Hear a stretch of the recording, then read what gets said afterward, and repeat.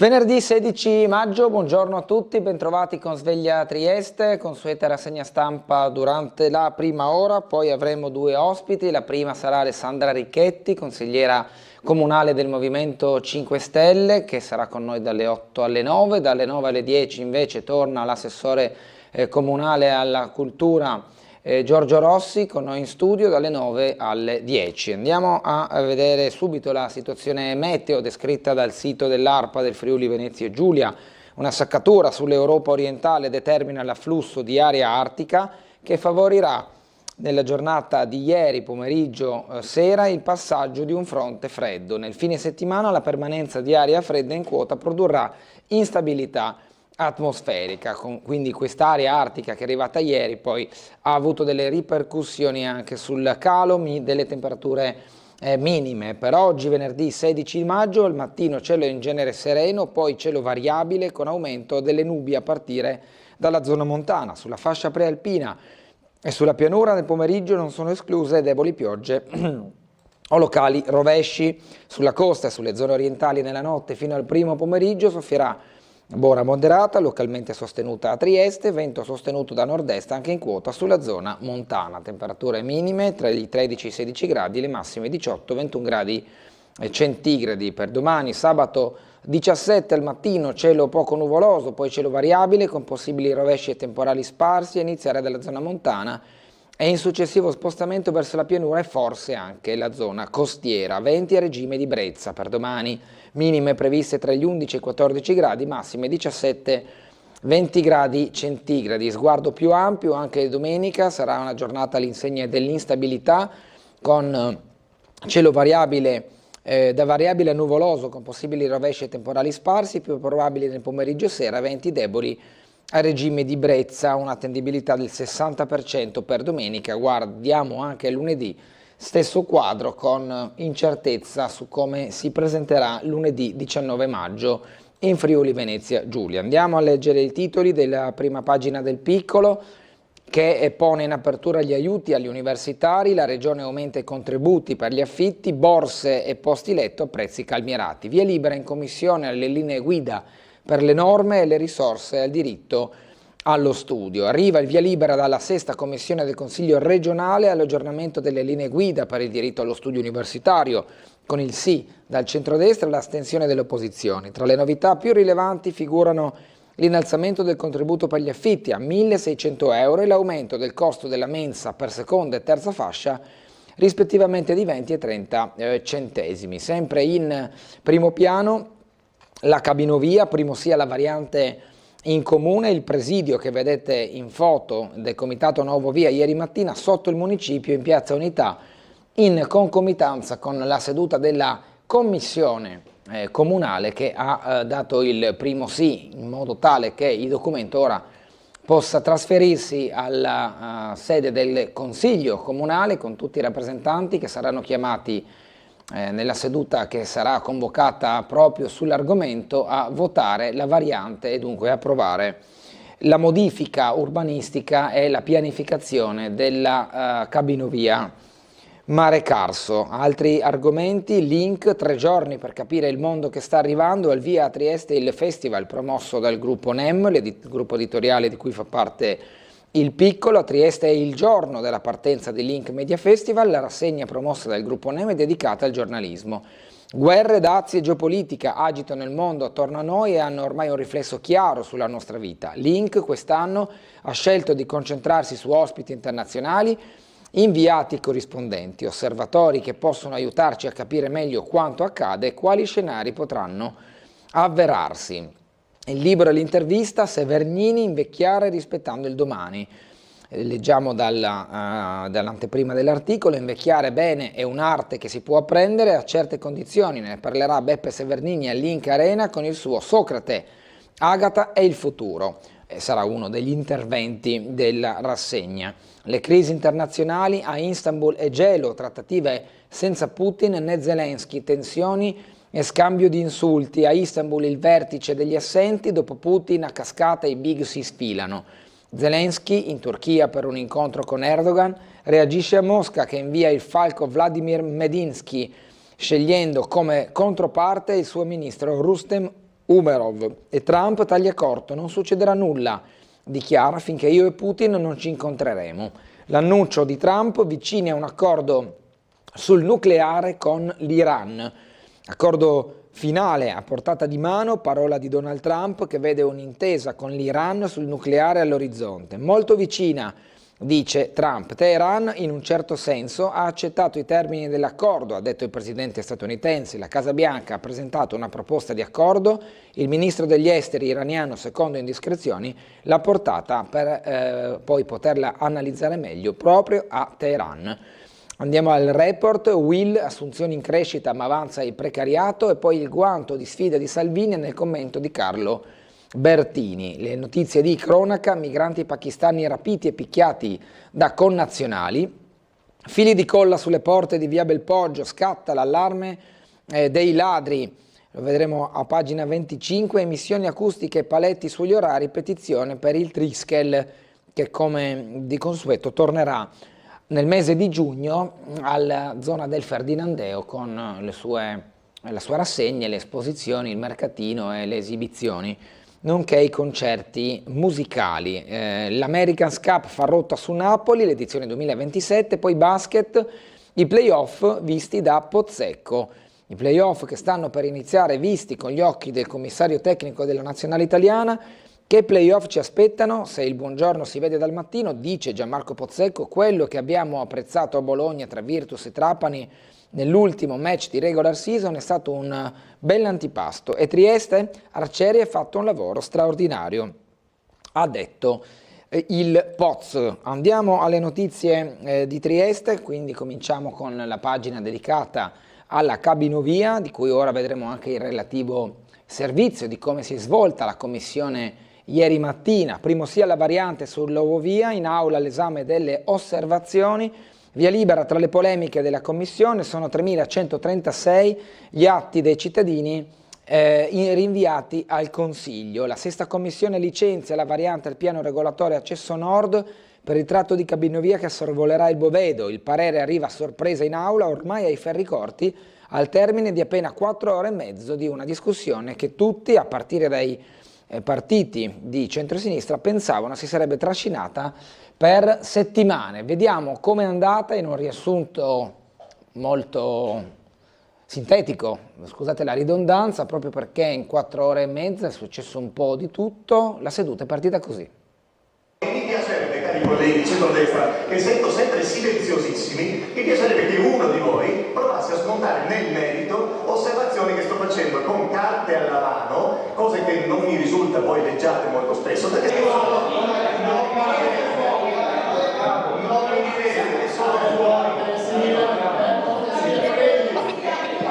È cominciata così oggi in sesta commissione comunale a tema cabinovia, preludio di un finale altrettanto acceso. Al centro la delibera della variante 12 al piano regolatore vigente, con l'esame di 3.136 osservazioni di cittadini e associazioni, che ha incassato l'ok è destinato alla discussione in Consiglio Comunale. E così sarà, visto che dopo un lungo dibattere su come organizzare i lavori della riunione, sulla pertinenza di affrontare la discussione sebbene siano pendenti 5 ricorsi al TAR, inframmezzati da interventi su aspetti economici, sulla gestione del servizio, sull'utilità di avere una cabinovia a Trieste e quant'altro, un consigliere lato maggioranza ha chiesto di votare. In quelle ore di dibattito il bilancio è di molte posizioni espresse e poche osservazioni prese in esame. Sulle 3.136 una è stata letta dalla consigliera Pucci del Partito Democratico. 9 pagine per 18 minuti netti di lettura. Quindi, dito sul pulsante, il centrodestra ha i numeri e palla che ora passa al Consiglio Comunale. Non senza tensioni, con un finale faccia a faccia e a voce alta fra due caldi consiglieri davanti a un pubblico rappresentativo delle istanze dei Contras, cui gruppo più numeroso sfilava in Piazza Unità sventolando mutande. Non abbiamo sentito da parte di nessun esponente della maggioranza per il momento parole di sostegno chiaro a un'opera che evidentemente è sempre più avversata da gran parte della popolazione, però se questa volontà di lavarsene le mani si estende addirittura anche ai lavori della Commissione diventa oggettivamente difficile procedere. Questo è un passaggio che riguarda la pianificazione urbanistica, nulla a che vedere con quelle che sono le scelte di finanziamento della stessa, nulla a che vedere con quello che è il progetto esecutivo. È un passaggio di pianificazione, quindi il nostro dovere è quello, con responsabilità, di dare risposta concreta a quelle che sono state anche le osservazioni di chi non è favorevole e di chi ha maturato un convincimento contrario.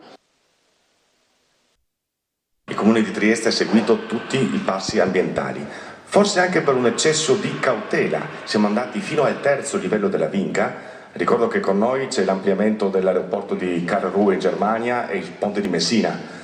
Tutte le altre opere che vengono fatte, compresa l'alta velocità ferroviaria in piena ZPS, si sono fermate al secondo. Noi proprio per dare la massima valutazione di potenziali, perché noi siamo andati al terzo, non perché creiamo danni, perché non si poteva escludere un danno. Siamo andati al terzo, abbiamo fatto così approfondimenti ulteriori, che non le ha fatti il Comune di Trieste, le ha fatte l'Università di Udine, concludendo che l'opera, così come proposta con le compensazioni, proprio sia in virtù della CO2 risparmiata, sia in virtù delle compensazioni che sono state fatte, complessivamente l'ambiente ne trae un beneficio. Questa è una valutazione dell'Università di Udine, non del Comune di Trieste. Questa valutazione è stata fatta proprio dalla Regione, che l'ha trasmessa al Ministero dell'Ambiente, che ha chiesto delle integrazioni e poi alla fine ha confermato quello che ha mandato la Regione. Il Ministero dell'Ambiente, secondo la procedura prevista, ha notiziato di un tanto la Commissione europea per eventuali osservazioni, che non ha fatto. Quindi l'opera è stata trattata con la massima attenzione da parte del Comune, della Regione, del MASE e dell'Unione Europea, della Commissione Europea, e nessuno ha avuto niente da eccepire sulla conclusione che dice che l'opera fa bene all'ambiente. Su questo livello qui ci deve essere chiarezza, altrimenti è evidente che poi l'opinione pubblica rimane disorientata. Questo è accaduto ieri, prima il confronto e diciamo la cronistoria della mattinata, poi anche abbiamo visto nelle ultime battute prima delle interviste nel servizio chi fuori dal Consiglio era in un momento di protesta, lo vediamo anche dalla foto del piccolo. L'Ovovia ci lascerà tutti in mutande, hanno esposto infatti gli slip proprio i manifestanti, coloro i quali si sono presentati sotto il municipio con questo striscione, molti diciamo appartenenti al comitato No Ovovia, che hanno poi distribuito anche dei volantini informativi riguardo l'opera e l'iter che sta seguendo. Forzatura del regolamento, il comitato torna in piazza, lo scontro politico, l'assessore Babuder, tutti gli atti saranno dibattuti nel dettaglio nella sede opportuna. Il via libera della sesta commissione alla variante urbanistica per la Cabonovia arriva tra le accuse di censura lanciate dal centro-sinistra e offese che per poco non hanno richiesto l'intervento delle guardie giurate. Poi ci sono state da parte dell'opposizione dei richiami a un ritorno in piazza per protestare contro l'atteggiamento della Giunta e il modo in cui si è trattata in aula la delibera. Andiamo ad altro, emissioni acustiche e regolamento, orari del Triskel, scattano i paletti. Musica fino alle 22:30, venerdì e sabato a mezzanotte, parte la petizione, l'assessore Rossi media il Festival di Cultura Celtica al Ferdinandeo che tornerà a fine giugno. Le scure del regolamento Movida con gli orari e poi la musica a cielo aperto, leggiamo dall'articolo di Laura Tonero, impatta sul programma del Festival Celtico Triskel, tanto che gli organizzatori hanno avviato una petizione a sostegno della 25esima edizione della manifestazione. A loro volta anche i residenti della zona del Ferdinandeo non stanno a guardare, lamentano il disturbo da un lato e la maleducazione di alcuni avventori del festival dall'altro, hanno scritto al comune per mettere in chiaro alcune criticità che hanno a che fare tanto con la viabilità quanto poi anche con la musica, come abbiamo visto dal titolo. Guardie giurate sui bus, prorogati i controlli, è stata firmata infatti la proroga dell'attività di controllo a bordo degli autobus con un accordo tra Comune e Trieste Trasporti in virtù di un finanziamento regionale che permette dunque di arrivare fino al 31 dicembre, a fine anno, con i controlli alle fermate e sugli autobus. Ne abbiamo parlato ieri con l'assessore comunale alla sicurezza e alla polizia locale Caterina De Gavardo e il presidente della Trieste Trasporti Maurizio Marzi, che sentiamo entrambi. Assessore De Gavardo, continua la convenzione del Comune di Trieste con la Trieste Trasporti per garantire fino a fine anno il servizio di vigilanza a bordo degli autobus. Sì, esattamente così. Grazie a un fondamentale contributo della Regione, ringrazio l'assessore Roberti, a un'ottima collaborazione con la A Trieste Trasporti abbiamo appunto avuto la possibilità di rinnovare questa fondamentale collaborazione che prevede la presenza di un servizio di sicurezza sussidiaria sugli autobus della nostra città. Questa amministrazione si sta impegnando veramente da più punti di vista e su tutti i fronti per ascoltare la cittadinanza e per contrastare il degrado urbano. Gli autobus sono un fiore all'occhiello della nostra città e sono e devono rimanere un mezzo di trasporto assolutamente sicuro. Migliaia di ore di presenza di questi vigilanti sui mezzi, un successo. Devo dire che abbiamo sempre detto che la sicurezza è una priorità per l'azienda, sia per i conducenti che per i passeggeri, lo confermiamo. Dobbiamo ringraziare il Comune di Trieste che ci ha messo a disposizione queste risorse, la Regione, con l'assessore Roberti che ha fatto la legge finanziaria e ce le ha concesse. Per il futuro immaginiamo quest'estate di partire immediatamente 6, 36, la 20 che fa un pezzettino anche a Muggia, ci serve, dobbiamo coprire, dobbiamo dare ai cittadini la tranquillità di un viaggio non solo confortevole ma anche sicuro. Altre notizie: Miramare diventa una spiaggia dove fare il bagno. Sul sito di Ryanair, che pubblicizza le spiagge di Trieste, sui social Barcola, Sistiana e quella di Miramare, senza indicare però che quest'ultimo è un punto protetto dove la balneazione è vietata. A chiedere una precisazione sotto lo stesso post sono state anche le pagine ufficiali dell'area marina protetta e del museo e parco di Miramare, oltre a diversi utenti. Il 6 maggio la compagnia aerea ha inserito sui social un post con le migliori spiagge di Trieste, accanto un simboletto con sabbia e un ombrellone. Le foto sono Barcola Sistiana, ma appare anche Miramare Spark Beach, che di fatto non è in realtà una spiaggia accessibile, come i triestini sanno bene. Capitaneria al fianco della soprintendenza con l'accordo sulla tutela dei beni archeologici, migranti rapiti e picchiati dai connazionali. L'operazione Dangerous Route, 9 gli arrestati dall'indagine della DDA, tutti pakistani. Le vittime, nascoste in 2 alloggi, venivano filmate per i riscatti. Vediamo di più nel servizio. Gestivano un'organizzazione per portare in Italia clandestinamente immigrati attraverso la rotta balcanica. I 12 cittadini pakistani finiti nella rete della polizia. Il gruppo criminale operava tra Italia, Slovenia, Croazia e Bosnia e adottava nei confronti dei migranti metodi violenti: sequestro di persona a scopo di estorsione, lesioni e rapina. La maxi operazione, condotta ieri dalla squadra mobile di Trieste, coordinata dalla direzione distrettuale antimafia, ha portato all'arresto di 6 persone. Un'altra è ricercata. Durante le indagini sono stati arrestati in flagranza per sequestro di persona altri 2 pakistani e indagati a piede libero altri 3. Determinante la collaborazione con le polizie slovena, croata e bosniaca. Le indagini sono partite nel febbraio dell'anno scorso, dopo la denuncia di un migrante indiano che, giunto clandestinamente a Trieste con un connazionale, era stato sequestrato in una casa di via Baiamonti e picchiato da 2 pakistani, i quali avevano filmato le violenze inviandole ai parenti per ottenere un riscatto di 2.000 euro. In quel caso la polizia intervenne, arrestò i 2 sequestratori liberando i cittadini indiani. Fu solo il primo di tanti episodi in seguito documentati grazie a intercettazioni e monitoraggio dei profili social degli indagati. Presa la banda di pakistani che nei giorni scorsi aveva rapito 3 indiani appena approdati a Trieste. Un tentativo di sequestro con richiesta di riscatto. Le indagini hanno poi ricostruito la rete di cittadini pakistani che dai campi profughi della Bosnia, in particolare da Bihac, portava in Italia migranti pakistani, nepalesi, afghani, indiani attraverso i boschi di Croazia e Slovenia. A Zagabria i clandestini venivano sistemati in appartamenti, da qui guidati in Slovenia e infine in Italia.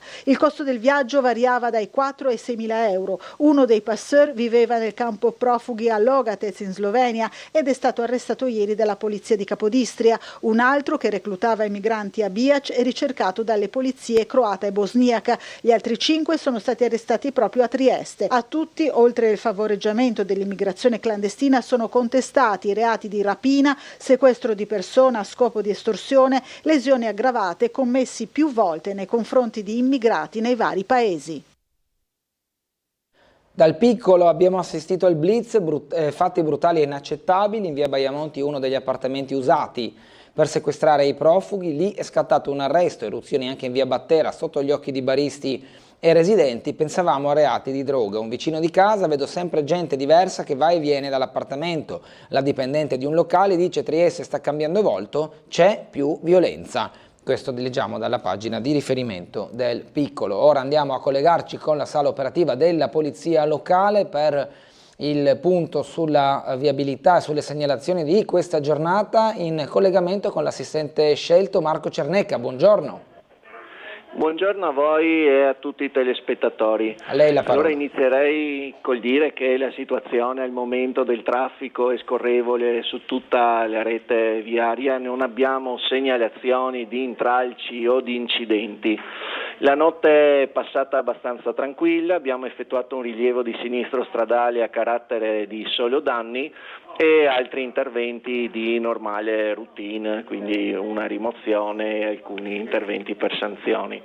Devo ricordare che anche oggi sono previsti inizi di cantieri temporanei, quindi ove vigono i divieti di sosta temporanei appunto, perciò ricordo a chi ha lasciato l'auto in zona di divieto che abbia cura di spostarla.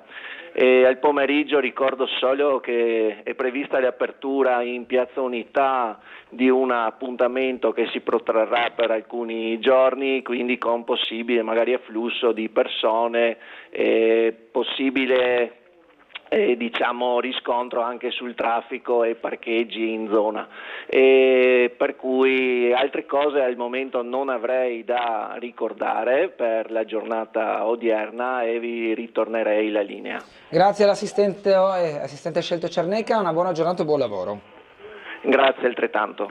Grazie, proseguiamo con le notizie del Piccolo, sempre all'interno della pagina della cronaca. Raid dei ladri in Porterosso, danni e 2.000 euro di bottino, rubate anche le mance alla trattoria di Napoli, il cassetto del cambiamonete ritrovato poi in piazza Vittorio Veneto, la spaccata al kebab, il mangione, la piaga dei furti nella notte. Ce ne sono stati diversi, andiamo a sentire di più nel contributo realizzato ieri per il telegiornale.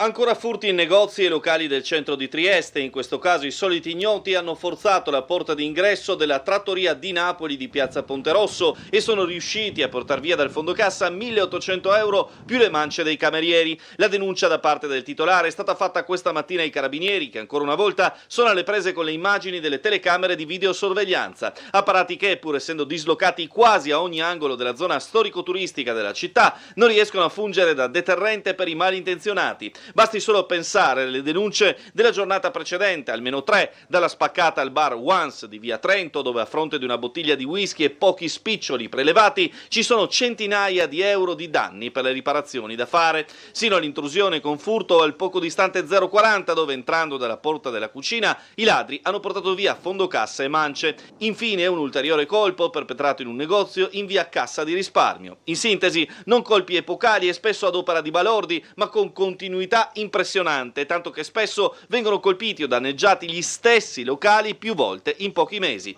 Da qui la necessità di un maggiore apparato di sorveglianza notturna, sollecitato più volte dalle categorie di esercenti e ristoratori. Tabacco da masticare, 3 attività chiuse per la vendita illegale, il sequestro di 180 kg di prodotti, è la notizia che leggiamo accanto. Invece fili di colla sulle porte di via Belpoggio, paura a San Vito per le bande di ladri. Ai civici 22, 24 e 26 segnalata la tecnica usata per accertare la presenza dei residenti nelle abitazioni. Il metodo era stato documentato anche l'anno scorso. Questo rione non è sicuro come una volta, i malviventi compiono prima sopralluoghi per scegliere dove poter colpire. Accanto, in altipiano, incursione a Contovello, presi soltanto 60 euro. Andiamo alla pagina seguente, mix tra ingegneria, economia e filosofia. ICI Lab è un crocevia di idee e competenze. Sono 29 i progetti imprenditoriali nati all'interno dell'incubatore di idee Innovators Community Lab di UniTS dell'Università degli Studi di Trieste. Con il mercatino invece dell'usato si impara a diventare adulti, il progetto dell'Istituto Comprensivo Svevo. Poi Alfieri della Repubblica e Tristini Giulio e Giorgia, ricevuti dal Presidente della Repubblica Mattarella. Infatti il Presidente della Repubblica ha consegnato ieri al Quirinale 29 attestati d'onore di Alfiere della Repubblica. A riceverlo anche 2 studenti triestini, Giulio Prodan e Giorgia Fabris. Nuove vie per la solidarietà è il tema che ha ispirato la scelta dei giovani insigniti di questa edizione.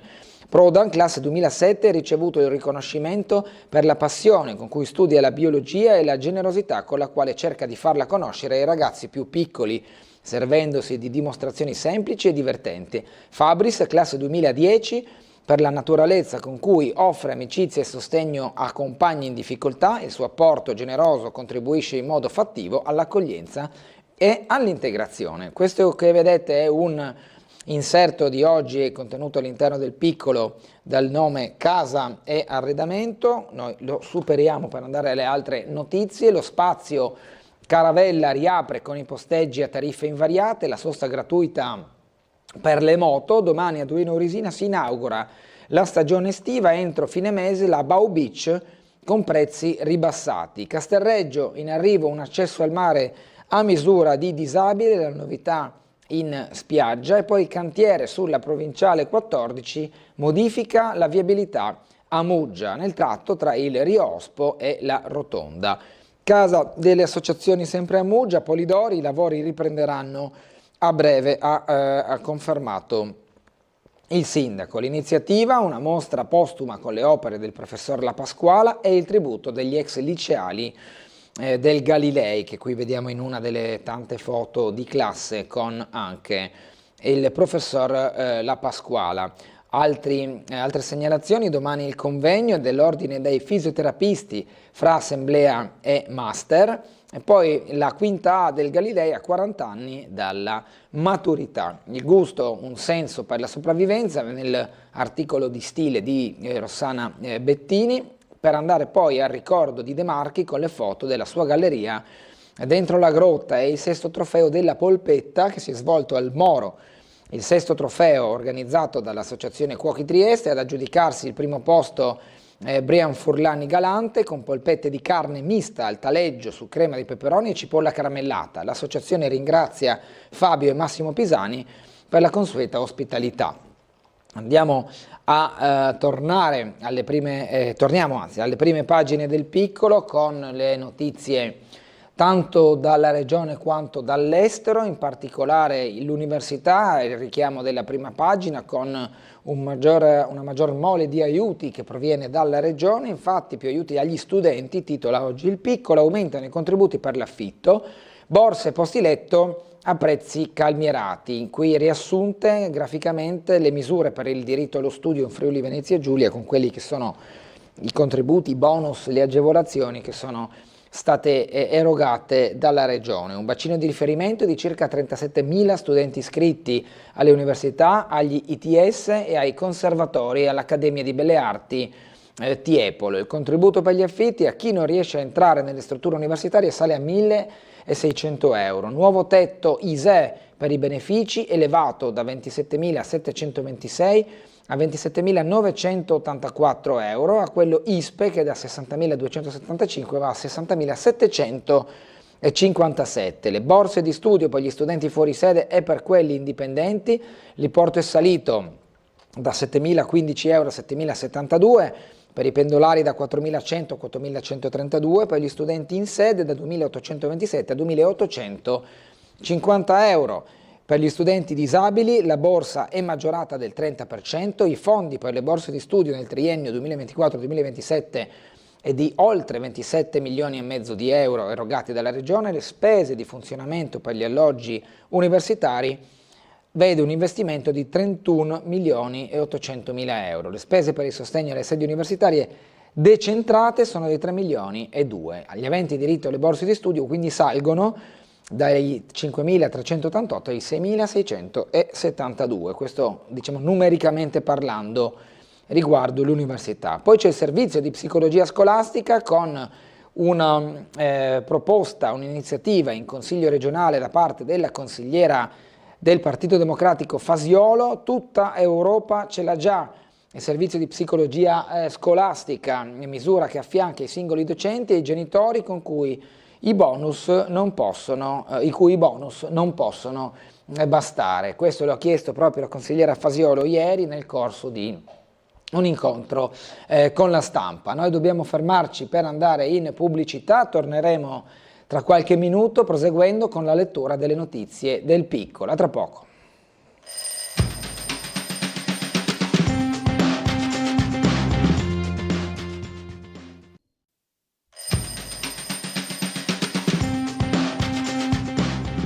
Siamo nell'ufficio del sindaco di Trieste Roberto Di Piazza, che questa mattina ha eseguito un sopralluogo in Piazza Unità, perché ne abbiamo parlato più volte anche a Ring del rifacimento della pavimentazione. Si pensa però anche al ripristino della fontana, tanto cara ai triestini, che aveva problemi di spandimenti. Mi ricordo Bernard Houet che scrivono che era il più grande architetto al mondo, abbiamo visto che disastro che ha fatto compreso la fontana. C'è una sala sotto la fontana che arriva all'acqua del mare e ha bruciato tutti i motori, tutto per questo. Adesso sto lavorando per la fontana e ovviamente per rifare Piazza Unità d'Italia, perché avete visto come le pietre si sono sfaldate. Dario Macor, che era proprietario, è lassù che ci guarda, delle cave di Muggia, e mi disse: vedrai che queste pietre si sfalderanno. Difatti si sono sfaldate tutte.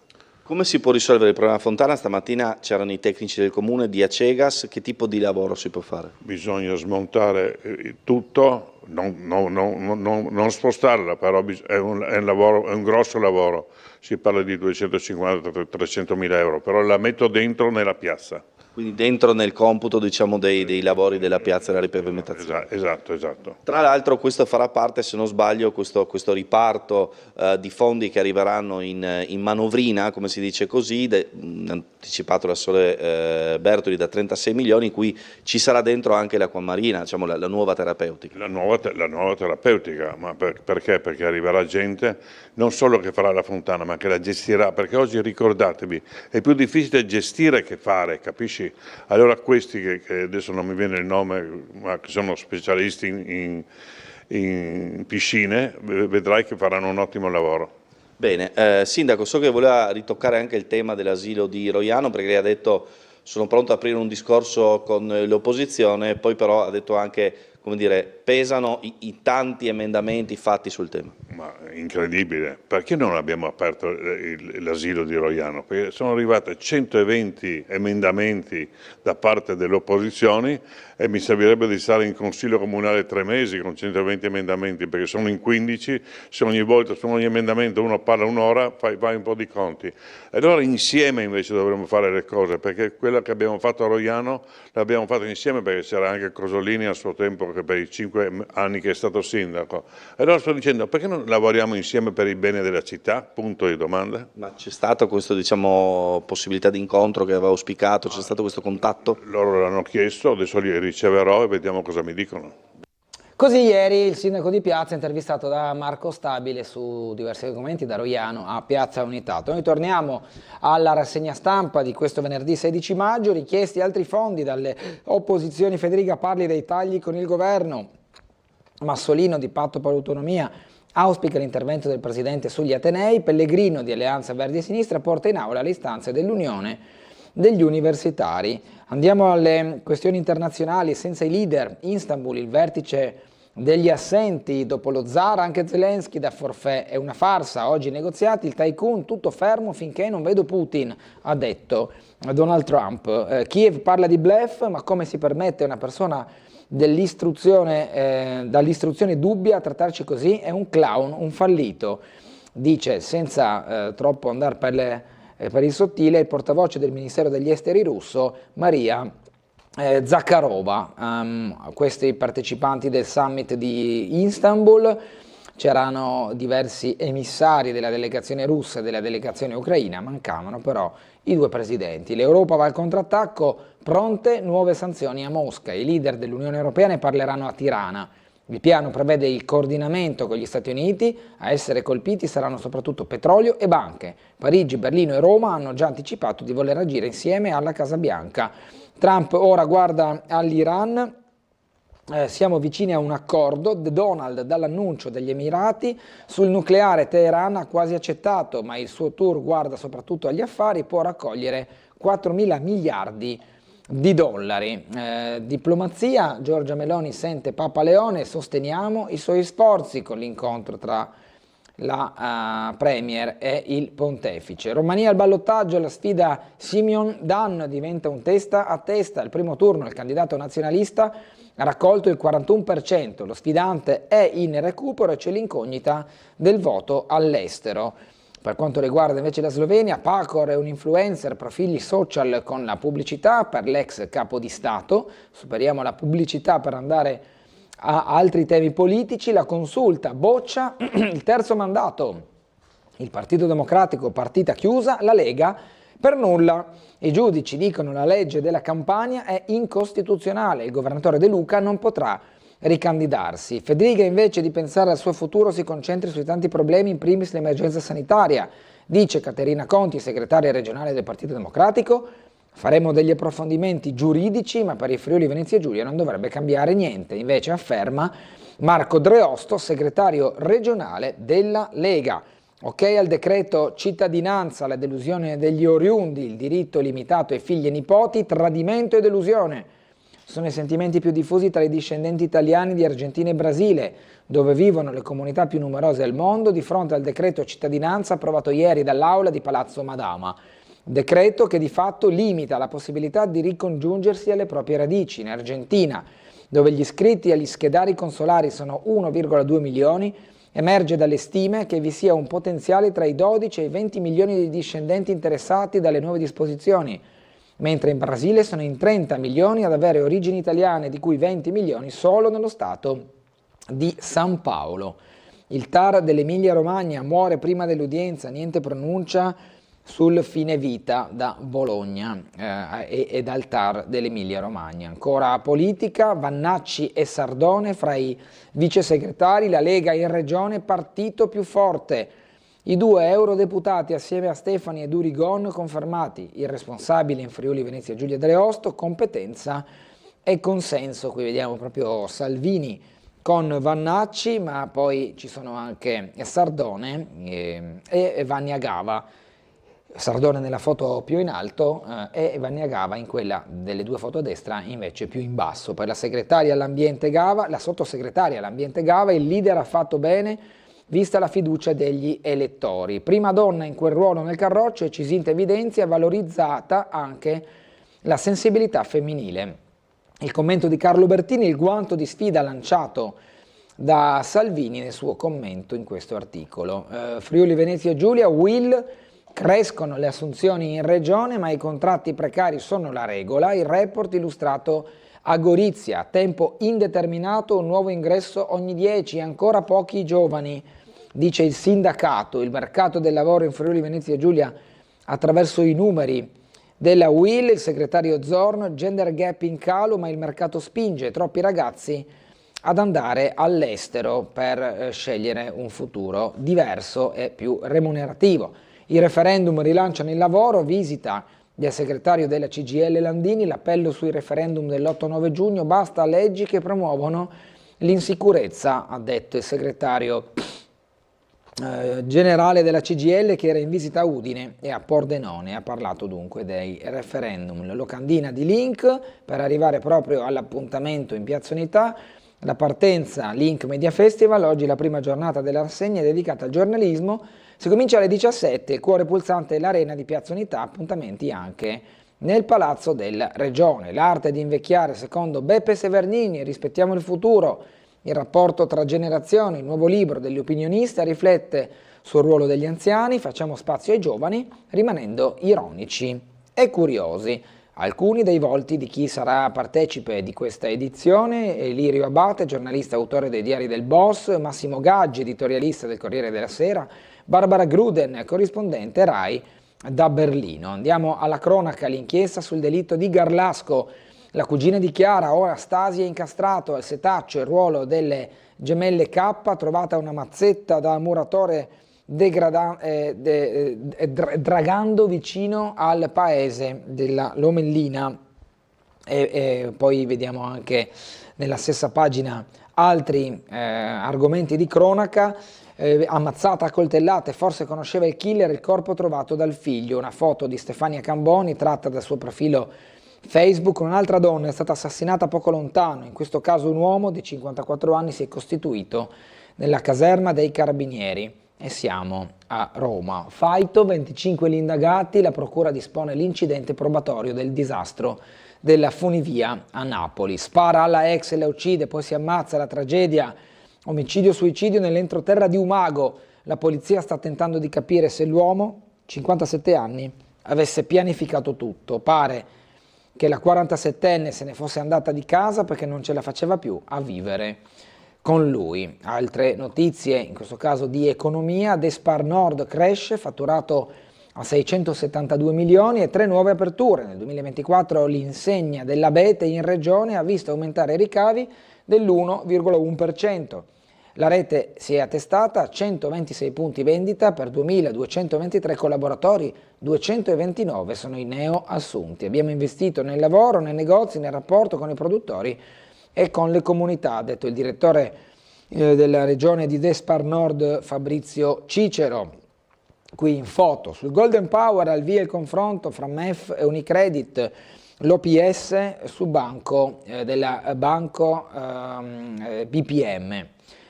Ancora con l'economia, Meccano Engineering punta sul metanolo e nuovi servizi. La società di progettazione navale sta applicando agli yacht gli studi sulla propulsione dual fuel. L'amministratore delegato reggente: la sostenibilità è diventata priorità, sull'idrogeno la strada è ancora lunga. L'azienda festeggia i 25 anni di attività con un open day dagli uffici triestini. Al lavoro anche su Ambria Bella, che verrà restaurata con motori ibridi. Nuove accise, la benzina cala ma il diesel sarà un po' più caro. Subito in vigore la misura, la verde a meno 1,5 centesimi al litro, gasolio su dello stesso valore. Si va verso il rinvio della sugar tax, obbligo delle trasferte tracciabili soltanto in Italia. Fra IVA e accise la tassazione porta i listini a essere tra i più alti in Europa. L'andamento dei prezzi dei carburanti con uno schema redatto dall'ANSA con il saliscendi dell'importo nel riferimento tra l'aprile del 2023 e l'aprile del 2025, dagli 1,644 fino a toccare con la verde i 2 euro, per arrivare poi agli 1,7 notificati 2 giorni fa, o quello che era il 14 di maggio per la benzina verde, che dunque poi in regione è scontata per proprio il bonus regionale. Torniamo alle notizie di Trieste, uno sguardo rapido anche per chi si fosse collegato da poco. Abbiamo già trattato gli argomenti locali nella prima parte della rassegna stampa. Diamo uno sguardo veloce ai titoli. Primo sia la variante sull'Ovovia con in aula l'esame delle osservazioni, la seduta per il tratto che sorvolerà il Bovedo. Forzatura del regolamento, il comitato torna in piazza. Nello scontro politico che si è verificato in aula, l'assessore Babuder, tutti gli atti saranno dibattuti nel dettaglio nella sede opportuna, quella del Consiglio Comunale. Andiamo al Triskel che arriverà a fine giugno, emissioni acustiche e regolamento, orari del Triskel, scattano i paletti, musica fino alle 22:30, venerdì e sabato fino a mezzanotte, parte la petizione con l'assessore Rossi chiamato alla mediazione. Guardie giurate sui bus, prorogati i controlli fino a fine anno, infatti continuerà la convenzione tra Comune e Trieste Trasporti per avere gli steward a bordo delle linee degli autobus, non tutte ma diciamo in una selezione ragionata. D'estate saranno rafforzate le linee verso Barcola. Miramare diventa una spiaggia dove fare il bagno, sul sito di Ryanair invece la Capitaneria di Porto al fianco della Soprintendenza con l'accordo sulla tutela dei beni archeologici. Migranti rapiti e picchiati dai connazionali, l'operazione Dangerous Route, 9 gli arrestati nell'indagine della DDA, tutti pakistani, le vittime nascoste in 2 alloggi venivano filmate per i riscatti. Abbiamo assistito al blitz, fatti brutali e inaccettabili, dicono i residenti della zona di via Baiamonte e di via Battera. Raid dei ladri in Ponte Rosso, danni e 2.000 euro di bottino, tabacco da masticare, 3 attività chiuse per la vendita illegale. Ancora cronaca, fili di colla sulle porte di via Belpoggio, paura a San Vito per le bande dei ladri, malviventi compiono prima sopralluoghi per scegliere dove colpire, incursione a Contovello, rubati 60 euro. Ancora notizie, mix tra ingegneria, economia e filosofia, Easy Lab è un crocevia di idee e competenze curato dall'Università di Trieste. Con il mercatino dell'usato invece si impara a diventare adulti, il progetto dell'Istituto Comprensivo Svevo, e poi 2 alfieri della Repubblica triestini, Giulio e Giorgia, ricevuti da Mattarella, la consegna degli attestati avvenuta al Quirinale. L'inserto Casa e Arredamento che oggi copre alcune delle pagine del Piccolo. Andiamo poi in provincia, nei comuni della provincia di Trieste. Lo spazio Caravella riapre con i posteggi a tariffe invariate, quel di Duino Orisina. Domani infatti si inaugura la stagione estiva, entro fine mese la Bow Beach con anche i prezzi ribassati. Castelreggio, in arrivo un accesso al mare anche a misura delle persone diversamente abili. Il cantiere sulla provinciale 14 con la modifica della viabilità a Muggia nel tratto tra il Riospo e la Rotonda, e poi la casa delle associazioni con il sindaco di Muggia Polidori che dice i lavori riprenderanno a breve. Oltre lo spazio delle segnalazioni andiamo a quello invece dedicato alla cultura all'interno del Piccolo, un confine di luce e pace nell'arte del Friuli Venezia Giulia. Visitabile da oggi il magazzino 26, la mostra Open, in cui 7 artisti regionali, friulani, giuliani e sloveni raccontano il territorio in oltre 100 opere. Lino Guanciale torna a Trieste portando sul palco Napoleone, lo porterà a teatro dopo aver lavorato a Trieste con le serie TV. Guanciale torna in questo caso, come detto, a teatro. Zio Paperone con i nipoti, qui, qua e qua, vanno alla scoperta di Gorizia. Nel prossimo numero di Topolino i personaggi Disney approdano nella città isontina, capitale della cultura. Nell'ottica di Go 2025, sotto la guida dello Zione, la comitiva perlustra la città di Gorizia, con Zio Paperone che dice: su quella colonna scorgo un'incisione, svelti all'arrampicata, con i 3 nipoti un po' affaticati, zaino in spalla, che seguono il ricco zio Paperone. La vita, il genio, l'anima, in scena l'esistenza inimitabile del Vate, Trieste alle 17 a Villa Italia. Per la lirica, la salvezza nell'amore, ecco Rigoletto al Teatro Verdi, alla regia l'ex docente del Tartini Hewitt e alla direzione musicale il maestro Oren. Parte infatti oggi con la prima al Teatro Verdi del Rigoletto. Ancora appuntamenti, Bob e Singer, i vecchietti bizzarri e avventurosi per un giovane pubblico alle 17 ad Hangar Teatri, e poi Rose, Libri, Musica, Vino, indaga altri poteri sul palco Odette Copat dalle 15.30 al Rosetto di San Giovanni. Un triestino alla Grande Guerra sulle montagne trentine alle 17 alla biblioteca Stelio Crise. Siamo allo sport, apertura il basket, i playoff del Poz, il CT Azzurro è spettatore interessato di questa post-season e promuove anche Trieste. Lavoro incredibile di Arcieri, lo adoro, ha detto Gianmarco Pozzecco, commissario tecnico dell'Italbasket, che sarà veramente interessato a guardare i playoff scudetto tra le diverse squadre che si sono qualificate, fra cui anche Trieste, di cui Pozzecco ha origini e storia non da poco. Il Bor Radenska vede la C, siamo alla divisione regionale 1, come ultimo ostacolo c'è il sorprendente Ronchi. Ancora sport con la Futurosa Under 19, sorriso amaro, le rosanero salutano le finali con un successo sulla Geas per le femminili e le giovanili femminili della pallacanestro. Il dubbio in attacco invece siamo al calcio, siamo alla Serie C. Strizzolo è praticamente out, Vertainen non ancora al top, nel match decisivo con il Caldiero Tesser avrà poca scelta, infatti ci sarà il ballottaggio tra Vertainen e King Udo per affiancare Olivieri in attacco. I tifosi si mobilitano per la gara di domani, venduti 3.500 ticket. A Rocco ci sarà una buona cornice di pubblico e la prevendita dei biglietti è ancora aperta. All'interno di questo articolo ci sono anche tutte le i vari orari e i dettagli su come poter andare a acquistare il biglietto. Il ricordo, 3 anni fa la morte di Biasin, l'ultimo presidente alabardato con l'Unione e la città nel cuore, come scrive Ciro Esposito. Era il 16 maggio del 2022, lunedì mattina a Trieste, tardo pomeriggio a Melbourne. Il presidente della Triestina Mario Biasin era morto. La notizia inaspettata spezzò il cuore della moglie Glenda, dei figli, dei nipoti, del cugino Mauro Milanese, di Romina e anche di quelli che in questa città, un po' ostica ma sensibile, lo avevano conosciuto, travolti dalla sua straordinaria umanità. Quel giorno ha segnato un punto di non ritorno per la Triestina, perché Mario, rispondendo alle sollecitazioni del cugino Mauro Milanese e affidandogli le rediti della società, aveva non solo investito decine di milioni nel club, ma lo aveva fatto anche per la sua Trieste. Aveva dovuto lasciare la città a 5 anni, assieme alla famiglia, alla ricerca di un Eden, agli antipodi del mondo, e come diceva lui, non se l'era mai dimenticata. Quel legame indissolubile con la propria terra e con la sua gente aveva dato un'anima all'unione.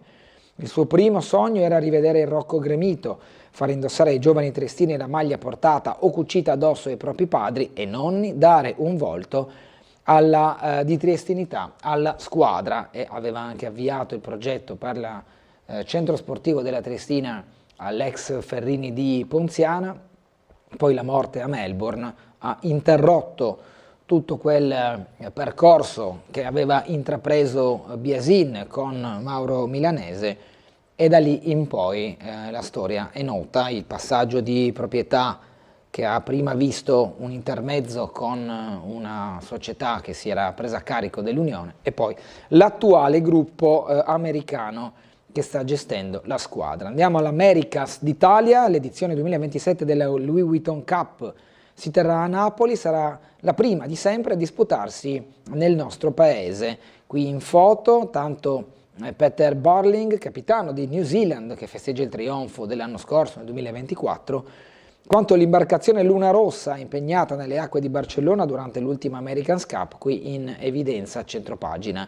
La curiosità, Redbird a rete, non per il Milan vuole comprare 2 tornei per quanto riguarda il gruppo Redbird che va a rete, purtroppo per i tifosi milanisti però la rete non è quella della porta di calcio ma quella del campo da tennis, perché proprio mentre la tifoseria rossonera ingoia l'ennesimo boccone amaro della stagione per mano del Bologna in finale di Coppa Italia, mercoledì infatti il Bologna ha sollevato la Coppa Nazionale davanti al Milan, guarda caso lo Stadio Olimpico di Roma a pochi metri dal Foro Italico dove sono in corso gli internazionali d'Italia.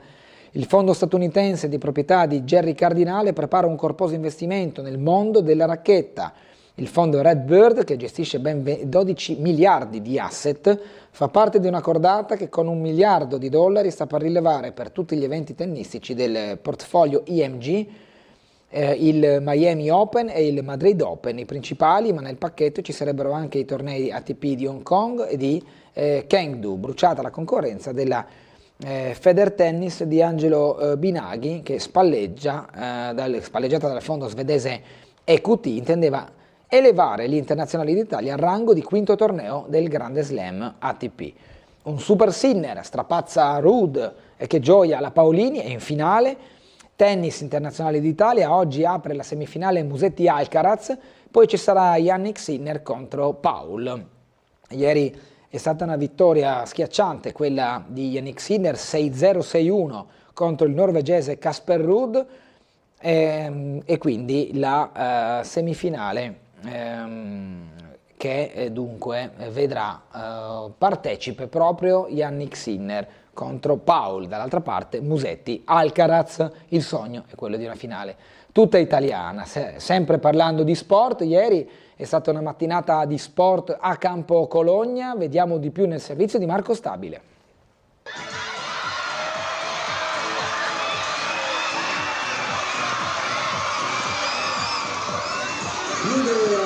Non solo sport, ma un evento di incontro e condivisione, quello che ha coinvolto 6 scuole elementari confederate alla FIDAE, la Federazione Istituti di Attività Educative, che rappresenta le scuole di ispirazione cristiana, più i ragazzini dell'Istituto Ebraico della città della Bora. I giochi sportivi delle scuole primarie paritarie FIDAE di Trieste hanno permesso a tutti i bambini, a seconda delle loro abilità, di mettersi in gioco in una mattinata dedicata a corsa sprint, mira, lancio del vortex e staffetta, il tutto ospitato nell'impianto di atletica di Campo Cologna. Vediamo ovviamente grande coinvolgimento dei ragazzi, degli insegnanti, con l'obiettivo di lanciare appunto un messaggio, cioè si può fare sport tutto assieme, mi sembra questo anche un po' il senso. Esatto, il nostro intento era proprio quello di riunire tutte le nostre scuole in un momento di festa, in un momento di gioia, prima ancora che di competizione. Ci sono le scuole cattoliche, ma c'è anche la scuola ebraica che fa parte della nostra rete, per cui abbiamo fatto proprio una rete estesa e ampliata, e ci fa piacere proprio questo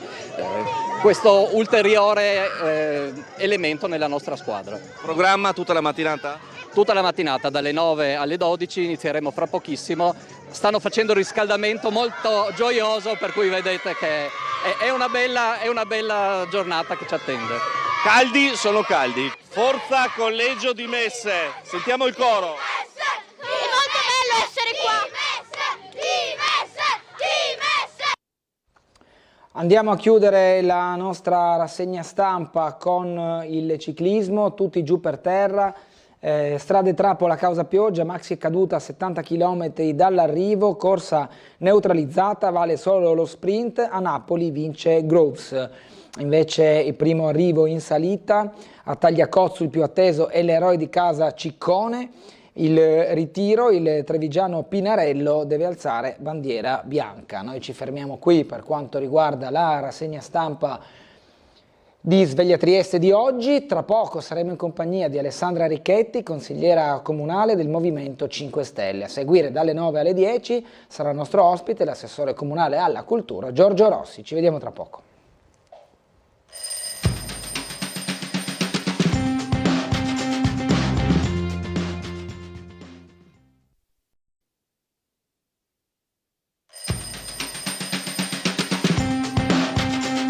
Ben ritrovati con Sveglia Trieste, un piacere avere ospite Alessandra Ricchetti, consigliera comunale del Movimento 5 Stelle, ben ritrovata.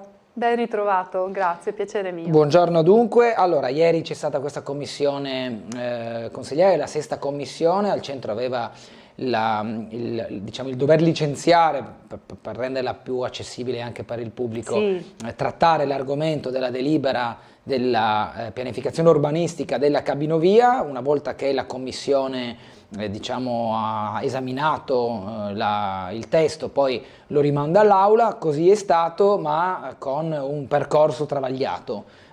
La parola l'hanno presa un po' tutti, soprattutto l'opposizione, su far valere le proprie ragioni. C'erano 3.136 osservazioni da esaminare, gli uffici le avevano raggruppate anche per tematiche affini, cioè molte comunque si sovrapponevano l'una con l'altra. Mi pare di aver capito, però adesso me lo spiegherà lei Ricchetti, che questa schematizzazione di trattamento non c'è stata, cioè non c'è stato proprio un ordine di calendario su come trattare la non seduta. C'è stato il trattamento, questa è la parte più grave di tutto. È più grave perché bisogna chiarirlo ai telespettatori, perché sono argomenti veramente tecnici e quindi uno può sembrare di cosa si sta parlando. È una delibera, si tratta in una commissione ed è finito. No, questa è una delibera molto importante e particolare. È la delibera che predispone l'atto che sarebbe dovuto essere l'atto iniziale, non finale. E già questo c'è un... Ecco, spieghiamo perché.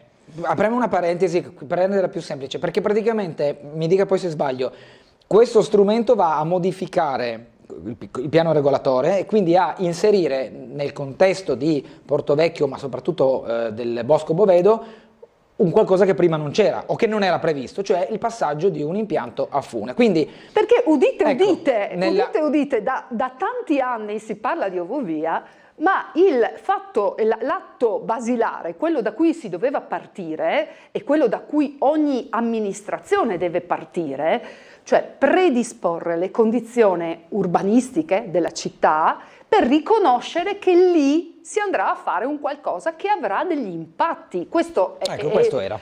Questo è il senso di fare una variante urbanistica. Ecco, volevo renderlo più accessibile. Sì, spero di non aver utilizzato termini difficili, mi sembra che sia abbastanza abbordabile.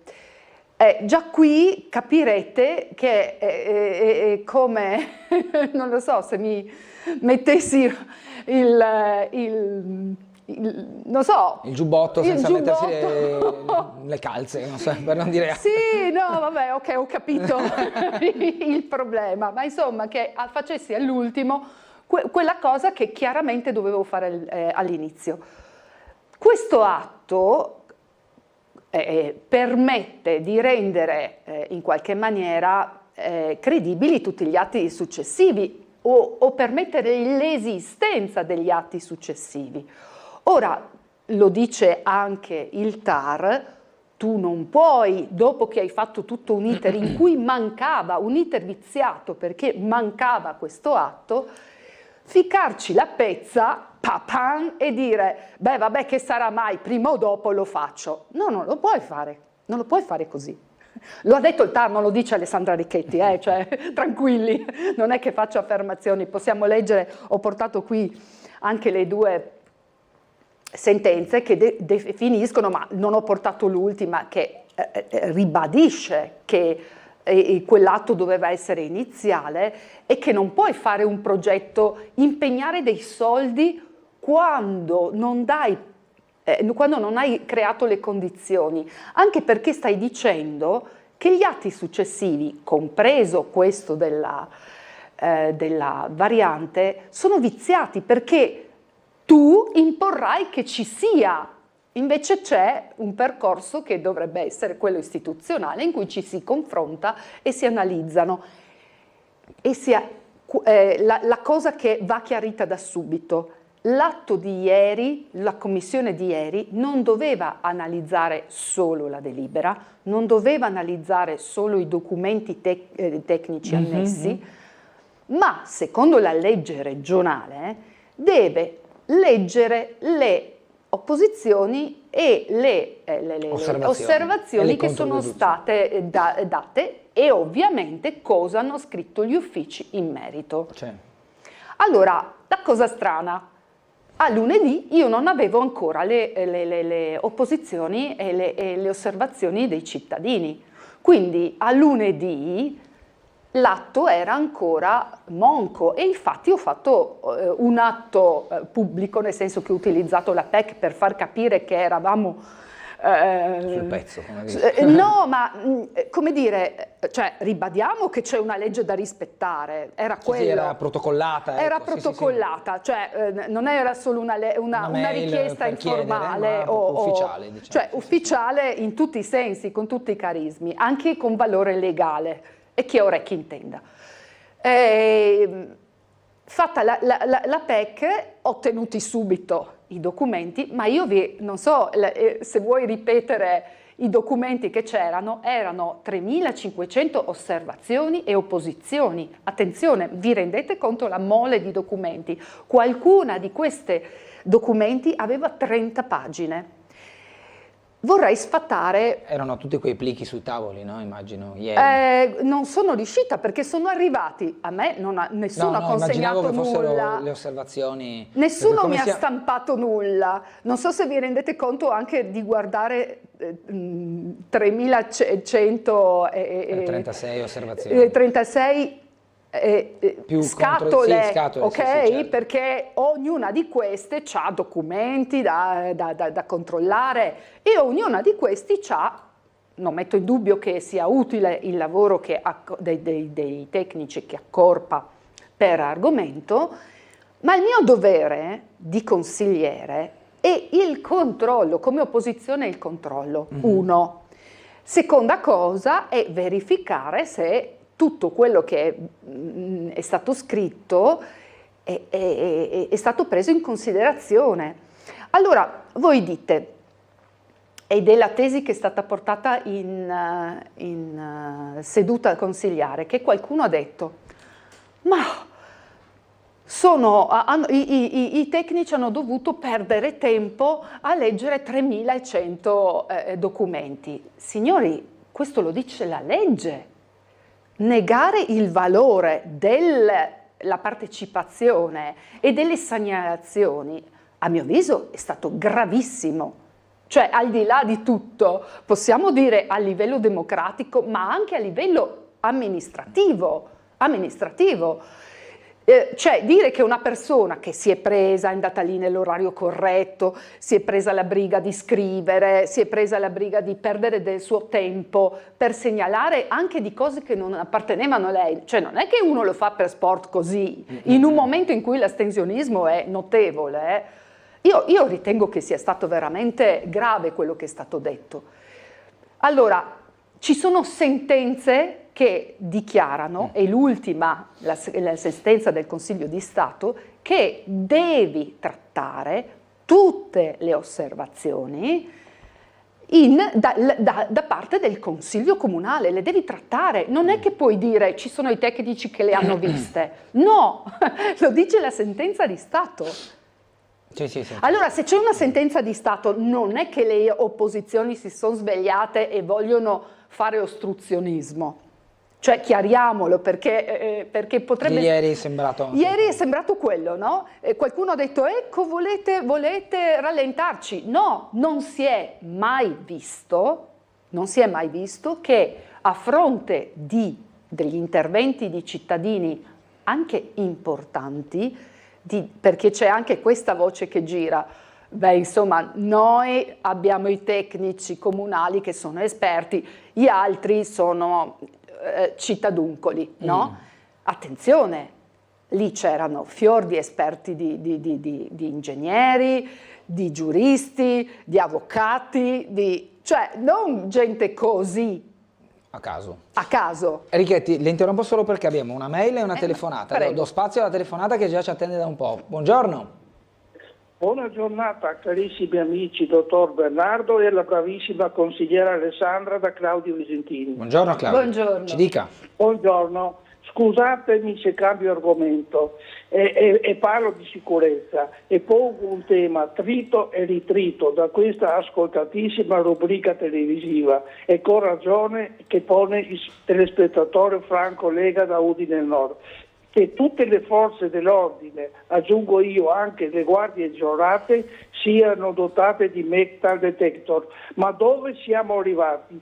Leggo oggi su un quotidiano nazionale che addirittura un preside scrive alle famiglie che con l'educazione per arginare le sfide con i coltelli tra i ragazzini del doposcuola e anche nella nostra civile Trieste, che non è, ahimè, più un'isola felice e sta cambiando volto, c'è più violenza, più criminalità, le spaccate sono ormai diventate di ogni giorno, troppe le baby gang che si affrontano a colpi di coltello e non possono essere in alcun modo derubricate a semplici scaramucce tra ragazzi, né tantomeno giustificate. Voglio chiaramente esprimere la mia condanna nei confronti di questi inaccettabili episodi che pare non siano isolati. Nel 2024 le lesioni provocate dagli under 18 con i coltelli sono aumentate il 40%. I dati sono del Ministero degli Interni. Chiudo, essendo cambiati i temi, con il metal detector si tratta di prevenire, che è meglio che curare, è essenziale. Post scriptum. No, signor Franco, non sono dottore, neppure infermiere, con il rispetto per i sanitari. Sono un umile cittadino che si occupa del sociale in memoria di mio figlio Maurizio. Certo. Grazie per la risposta, cara amica Alessandra, e buon lavoro. Grazie Claudio. Grazie Claudio, sempre con grande piacere ascolto. Se vuole rispondergli così. Sì, assolutamente. Poi dopo allora, torneremo su altro. io sono assolutamente così, ho una grande attenzione per la sicurezza perché ritengo che sia fondamentale per il benessere e la tranquillità di tutte le persone.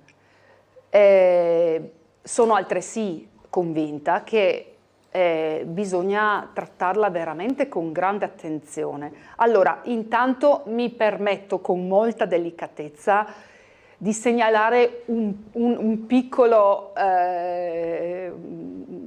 piccola osservazione che vorrei fare all'amico Claudio. Allora, è giusto parlare di dotazioni delle forze dell'ordine, ma non mettiamo sullo stesso piano le guardie giurate con la polizia e le forze dell'ordine. Mi permetto di fare con delicatezza questo distinguo perché troppe volte viene messo allo stesso livello il lavoro delle guardie giurate che non sto dicendo che sia importante, ma sono dei ruoli ben diversi e lo dice la nostra Costituzione ed è questo che vorrei ricordare. E perché la Costituzione si smuove per definire le forze dell'ordine? perché la sicurezza, come capirete, è un tema delicatissimo, importantissimo e riguarda il quotidiano di tutti. Riguarda chi ha in qualche maniera la capacità, la formazione, il controllo da parte dello Stato per mettere in sicurezza tutti i cittadini. Quindi non me ne vogliano le guardie giurate, ma stiamo parlando di cose diverse, ok? Io su questo tema mi sto incontrando anche in queste settimane con i sindacati di polizia, perché volevo, come sapete, ho fatto anche degli eventi sul tema sicurezza urbana, è un tema che mi sta a cuore e come il signor Claudio ritengo che bisogna partire dalla prevenzione, se no non ne veniamo fuori, non ne veniamo fuori. La prevenzione è sicuramente evitare che nelle scuole entrino, io direi anche i telefonini, ma questo è un altro discorso. Io direi anche i telefonini perché se vogliamo garantire un'educazione ai nostri figli nel tempo della scuola, il telefonino dovrebbe essere contenuto, se non vietato. So che non parlo di cose che piaceranno a tutti. Però c'è anche un tema dell'educazione che vorrei si trattasse, cioè che dopo il 2020 ci sia stato un boom, un contraccolpo di disagio giovanile. Questo non lo dice Alessandra Richetti, lo dicono le statistiche, come ha portato il signor Claudio, porto anch'io. Subito dopo c'è stato il 200%, 200% è un numero folle di richieste di aiuto psicologico, sì. Di utilizzo di terapia di antidepressivi, cioè cerchiamo di capire cosa ha significato per tutti noi, ma anche per ragazzi in età di sviluppo che avrebbero avuto il bisogno di sentire il contatto, di abbracciarsi, di stare con i propri... Vero. Quindi no, abbiamo affrontato il problema? No, non l'abbiamo affrontato. Abbiamo concesso un bonus psicologo per un anno, mi sembra, o forse un anno e mezzo, non lo so, e adesso a me non risulta ci sia più. Stiamo affrontando il problema, dobbiamo trovare soluzioni e ci sono, ovviamente, certo. Costano fatica, costano il essere presenti sul territorio e capire che 20, 30 ragazzi, 50 ragazzi sono un problema. Allora, lì io vi do un messaggio, che è l'ultimo messaggio che mi ha dato un agente con cui ho parlato di polizia, e mi ha detto: incominciamo a dire alle persone che sono utili, è utile la loro presenza, ma non per le ronde, è utile la presenza perché se vedi 30 ragazzi minorenni da soli per strada, e sto citando l'episodio dei 30-50 ragazzi che hanno preso e rapinato due coetanei.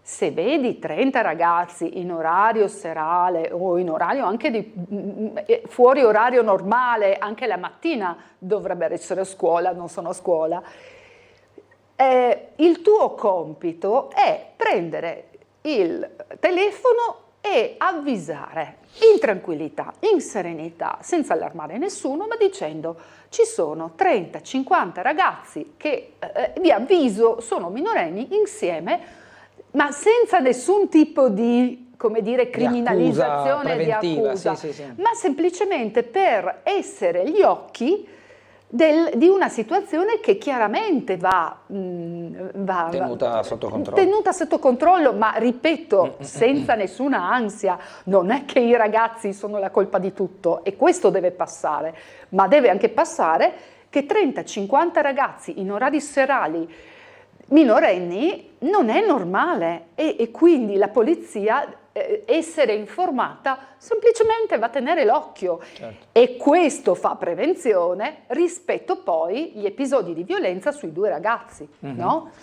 Le leggo una mail, Sì. poi abbiamo un'altra telefonata.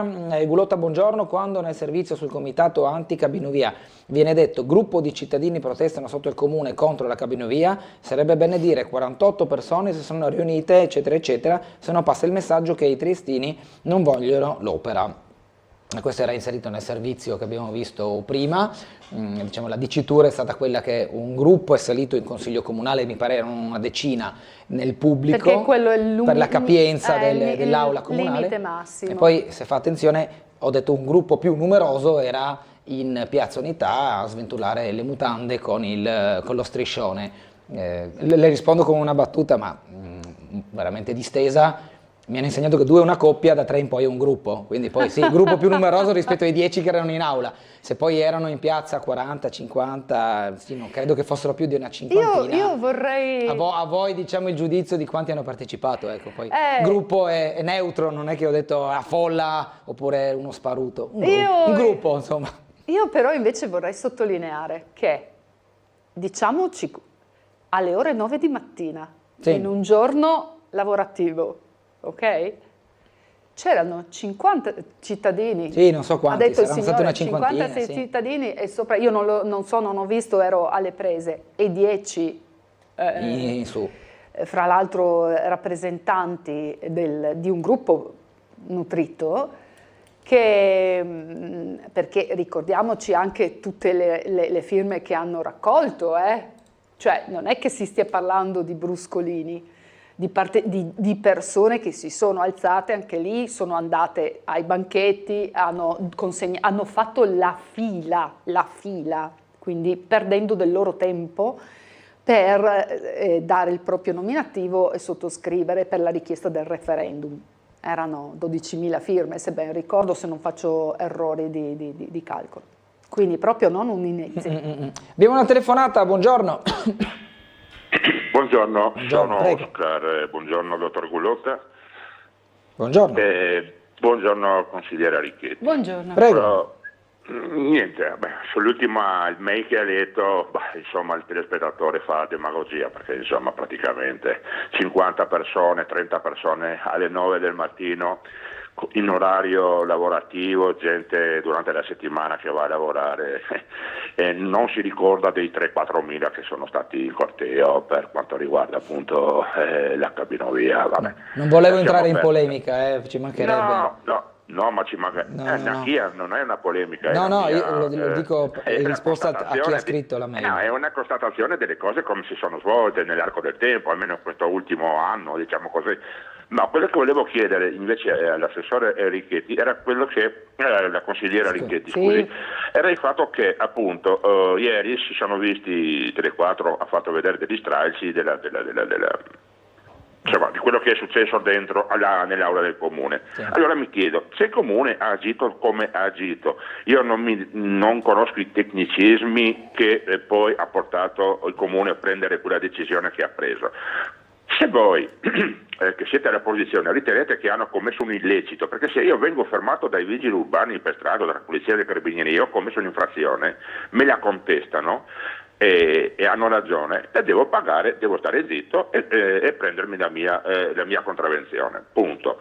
Se ritenete appunto che all'interno del comune il comportamento della maggioranza sia stato lesivo e fuori legge, penso che dovreste agire di conseguenza, cioè portare avanti il discorso che c'è un sopruso, altrimenti gridare hanno fatto così, hanno fatto così, ma però senza poi mai a concretizzare il fatto che si sono comportati in questo modo, avranno avuto le ragioni, penso io, perché altrimenti un organo del genere non si comporterebbe, non prenderebbe delle decisioni fuori legge. Cosa ne dice consigliere? La ringrazio della risposta e le auguro buona giornata. Grazie Oscar.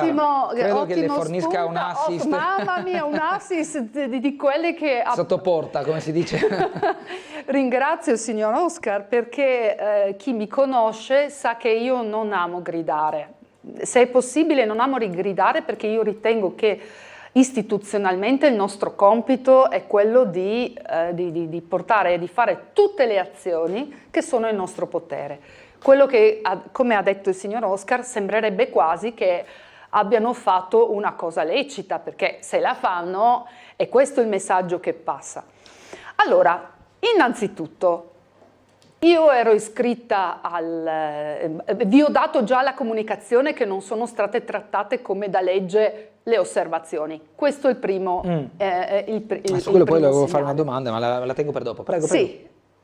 Io ero iscritta a parlare perché da subito avevo detto: da legge dobbiamo parlare, trattare tutte le osservazioni, ma io vorrei che ci concentrassimo sui documenti, ok? E quindi ho detto: prima parliamo dei documenti, che anche quello hanno un peso, e poi le osservazioni.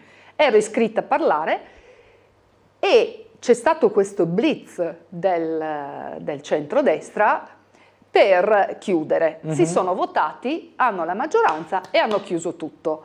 Ma io in quel momento ho chiesto la parola, ho ribadito che avevo chiesto la parola, ma il Presidente si è affrettato a chiudere.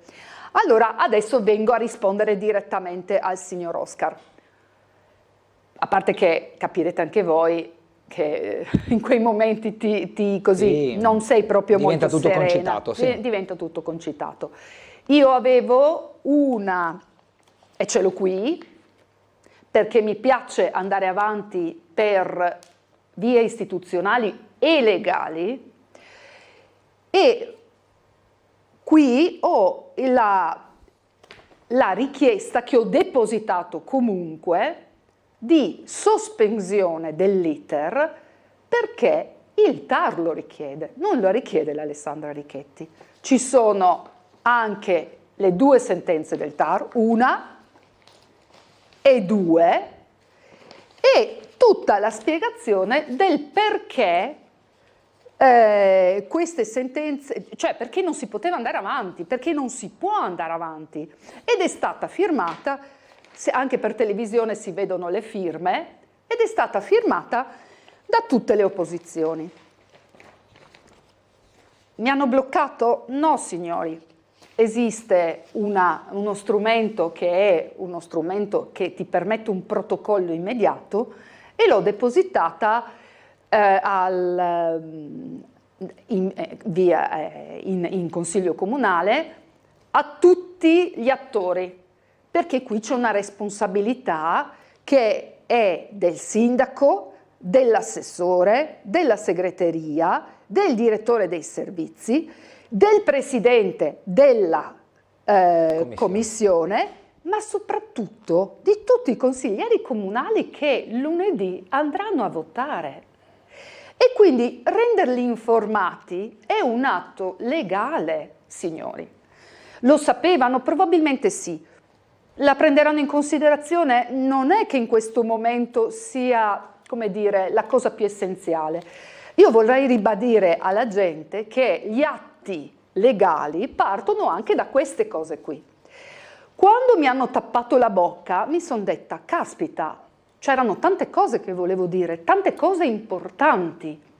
Allora cosa ho fatto? Oltre questo che avevamo concordato con le opposizioni, che avremmo fatto come atto dovuto, legale e proprio come segno di un qualcosa che va al di là di quello che faremo in aula. Poi ci sarà una parte istituzionale anche in aula, no?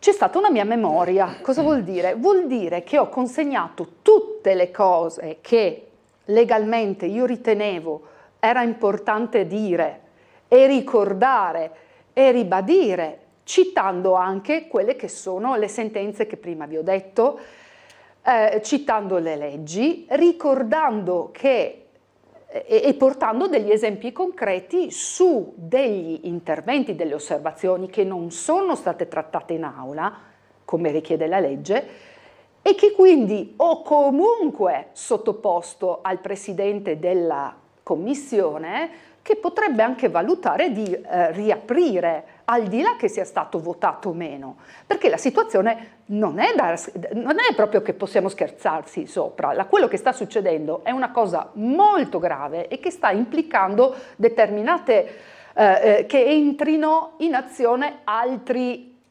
soggetti. Per una questione di responsabilità l'ho mandata per conoscenza non solo al sindaco, questa volta al presidente della commissione e al dirigente, l'ho mandata anche al prefetto, perché il prefetto è comunque il garante dei nostri diritti di consiglieri, ok?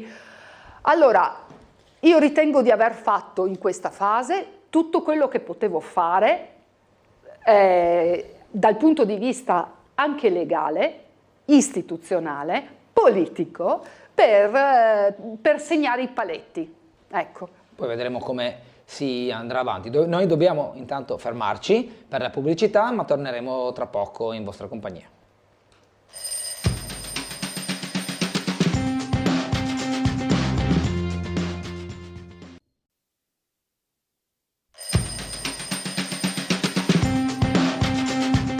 Andiamo in diretta con Sveglia Trieste, 8:39 di venerdì 16 maggio, in studio con noi Alessandra Ricchetti, consigliera comunale del Movimento 5 Stelle. Ricchetti, le leggo un paio di mail, che ne sono arrivate numerose, tra sicurezza e cabinovia.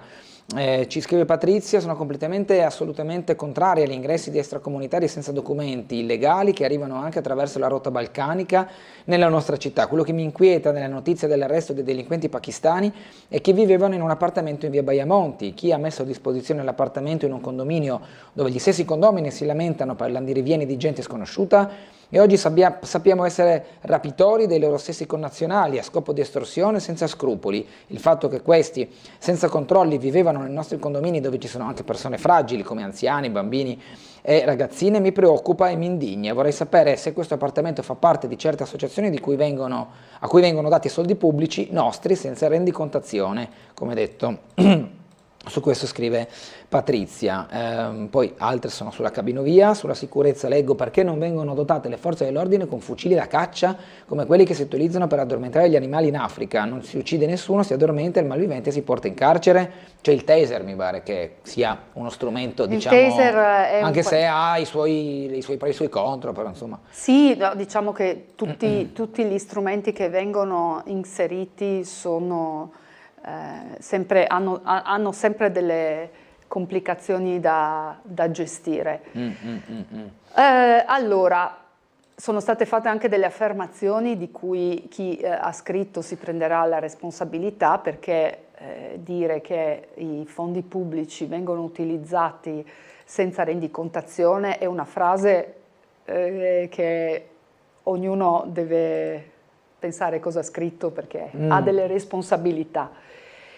E dubito che, almeno che lei non faccia riferimento a qualcosa che sa, e quindi la invito a denunciare, ma se no potrebbe rientrare veramente nella calunnia. Anche perché tutti chi opera in determinati settori è costretto e giustamente e doverosamente a rendicontare tutto per legge, quindi si sta parlando proprio di un illecito, e quindi accusare. Non è una questione, condivido che dobbiamo avere un controllo della città ed è per questo che continuo a battermi, però il controllo deve essere effettivo. Ho sempre detto che non prendere in carico, che vuol dire riconoscere le persone, dare un luogo per ospitarle e ovviamente poter verificare tutte quelle che sono le situazioni degli stranieri che arrivano per la rotta balcanica è un grave errore, perché chi viene lasciato al non controllo delle istituzioni è merce preziosa per le organizzazioni criminali. Cioè, diciamocelo, se tu lasci, come era a suo tempo in Porto Vecchio, le persone lì perché dici così non vengono più, quello che ottieni è perdere completamente il controllo della sicurezza e il controllo sanitario, due cose gravissime di cui è responsabile comunque anche il sindaco. E quindi la cosa che io racconto e che io ritengo utile che sappiate è un qualcosa che è un dovere anche per lo Stato, riconoscere le persone che arrivano quanto prima e immediatamente, quanto è possibile, dando dotazioni anche a una questura che continua a soffrire, diciamo, di mancanza di personale, perché ci sono delle cose che si un po' alimentano, cioè abbiamo attualmente la città divisa in 3 zone, controllate dalla polizia e carabinieri. Intanto utilizziamo, come avviene per esempio nel Veneto, anche la finanza.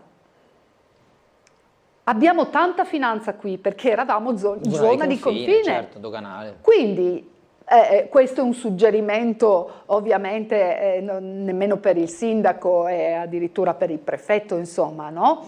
Perché non utilizzare anche la Guardia di Finanza, magari dividere le zone di Trieste non più in 3 zone operative ma in più zone in cui, essendoci un rinforzo anche della Guardia di Finanza, il controllo è maggiore. Una cosa sono le zone rosse di presidio in un'area bene specifica di Trieste e in un'altra è tenere sotto controllo la città e io sono per quello. Chiaro. Le leggo altre mail, una sul tecnicismo, 2 domande di carattere tecnico, scrive Alessandro. 1. Cosa succederebbe se tutti i consiglieri di opposizione si dimettessero? Scenario apocalittico tipo. Allora, lo trovo comunque, come dire, aberrante, perché dobbiamo dimetterci rispetto Non credo che sia più magari una domanda su tecnico. Tipo, no, magari il messaggio provocatorio di dire noi ci dimettiamo, manca la tenuta, però in realtà dopo c'è la surroga su chi subentra, quindi non è che cambia. Infatti non cambia nulla, non cambia niente. Cioè fino a quando il sindaco è il riferimento. Le leggo la seconda domanda. Scusi. 2. Se il signor sindaco dovesse dimettersi per motivi vari o se venisse sfiduciato dalla sua maggioranza, subentrerebbe la vice sindaco o si tornerebbe al voto? Allora subentra è Monfalcone, no? Subentra il vice sindaco per il periodo che serve per creare le elezioni nuovamente. Che è la prima finestra utile decisa, mi pare, dalla regione in virtù dell'autonomia sulla capacità di convocare le elezioni. È successo a Monfalcone quando Anna Maria Cisinte da sindaco è stata eletta in Europa e quindi la reggenza è passata al vice sindaco Garritani e la regione ha individuato poi in quello che è stato pochi mesi fa il periodo elettorale la prima finestra, passatemi il termine, utile per andare a votazione. Nel frattempo il vice sindaco ha preso, diciamo, la reggenza del comune di Monfalcone e così è successo anche a Pordenone. Altra mail, senza rendicontazione lo dicono e si lamentano anche i politici in televisione, visto che li dobbiamo riconoscere, secondo lei quanto prima perché non arrivano con i documenti? Sempre. Appunto. Ecco, esatto, torniamo sul punto di prima. Confermo, chi dice queste cose che sono gravi le dimostri, perché come vedete io arrivo sempre qui con le carte per dire che non sto parlando di aria fritta e che se volete potete domandarmi e vi do tutte le documentazioni che sono pubbliche. Richetti, dunque a questo punto mi viene da capire che si andrà in consiglio comunale quella sarà la sede, perché ecco la domanda che volevo fare prima che si allaccia a questo che stavo dicendo, le controdeduzioni. Qual è la differenza tra andare in... Esatto, cioè si affrontano in commissione o si affrontano in consiglio comunale? Allora, questa era la mia curiosità. Hanno fatto anche un blitz comunicativo, secondo me, che può disorientare e grazie Bernardo perché aiuti in qualche maniera a chiarire. Vabbè, serve a me per primo, così non dico scemenze. Ma è sul piccolo di oggi, no? Sì. C'è l'assessore che dice le tratteremo in consiglio. Qual è la differenza tra una commissione e il consiglio? Allora, la Commissione ha il compito di predisporre tutti i documenti e tutti gli approfondimenti che sono necessari.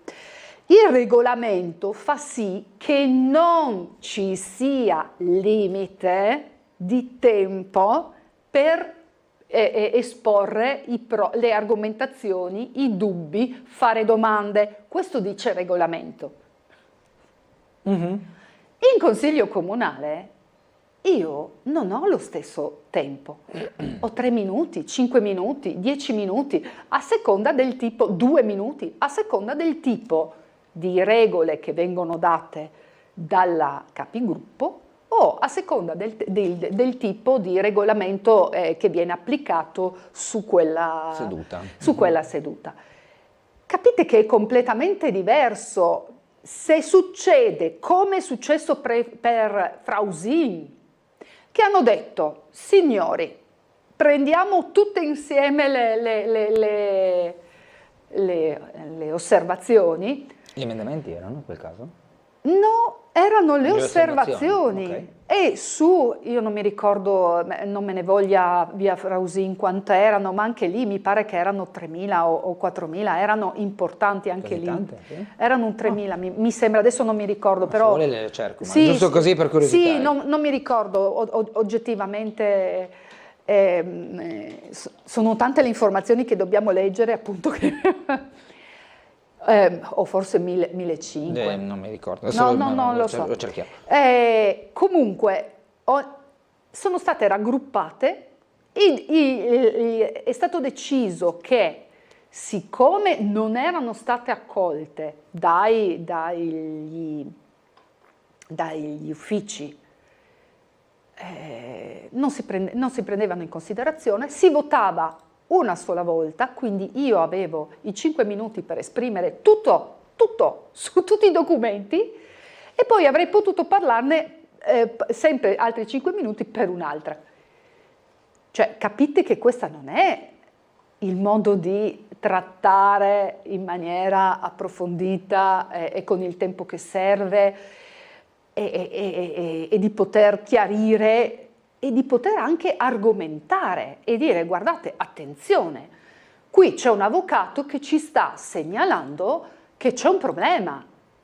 Cosa hanno risposto gli uffici? Hanno risposto i tecnici? Bene, io avrei chiesto, ha risposto gli uffici tecnici, l'ingegnere o l'architetto, chiediamo per esempio un parere all'ufficio legale. Cioè, ho sentito quella parte, sì. Intendo dire che ognuno di questi passaggi è fondamentale in commissione, perché questo garantisce e tutela la popolazione. Quello che è stato fatto ieri non garantisce e non tutela i cittadini.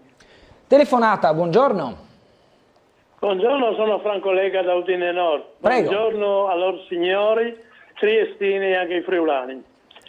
È una tirata di orecchie alla signora Righetti. Giorni fa, 15 giorni, 10 giorni, 15, ha tartassato, macellato il signor Fabio, cioè Fulvio, dicendo che se lui vuole ragione deve andare all'Europa Unita.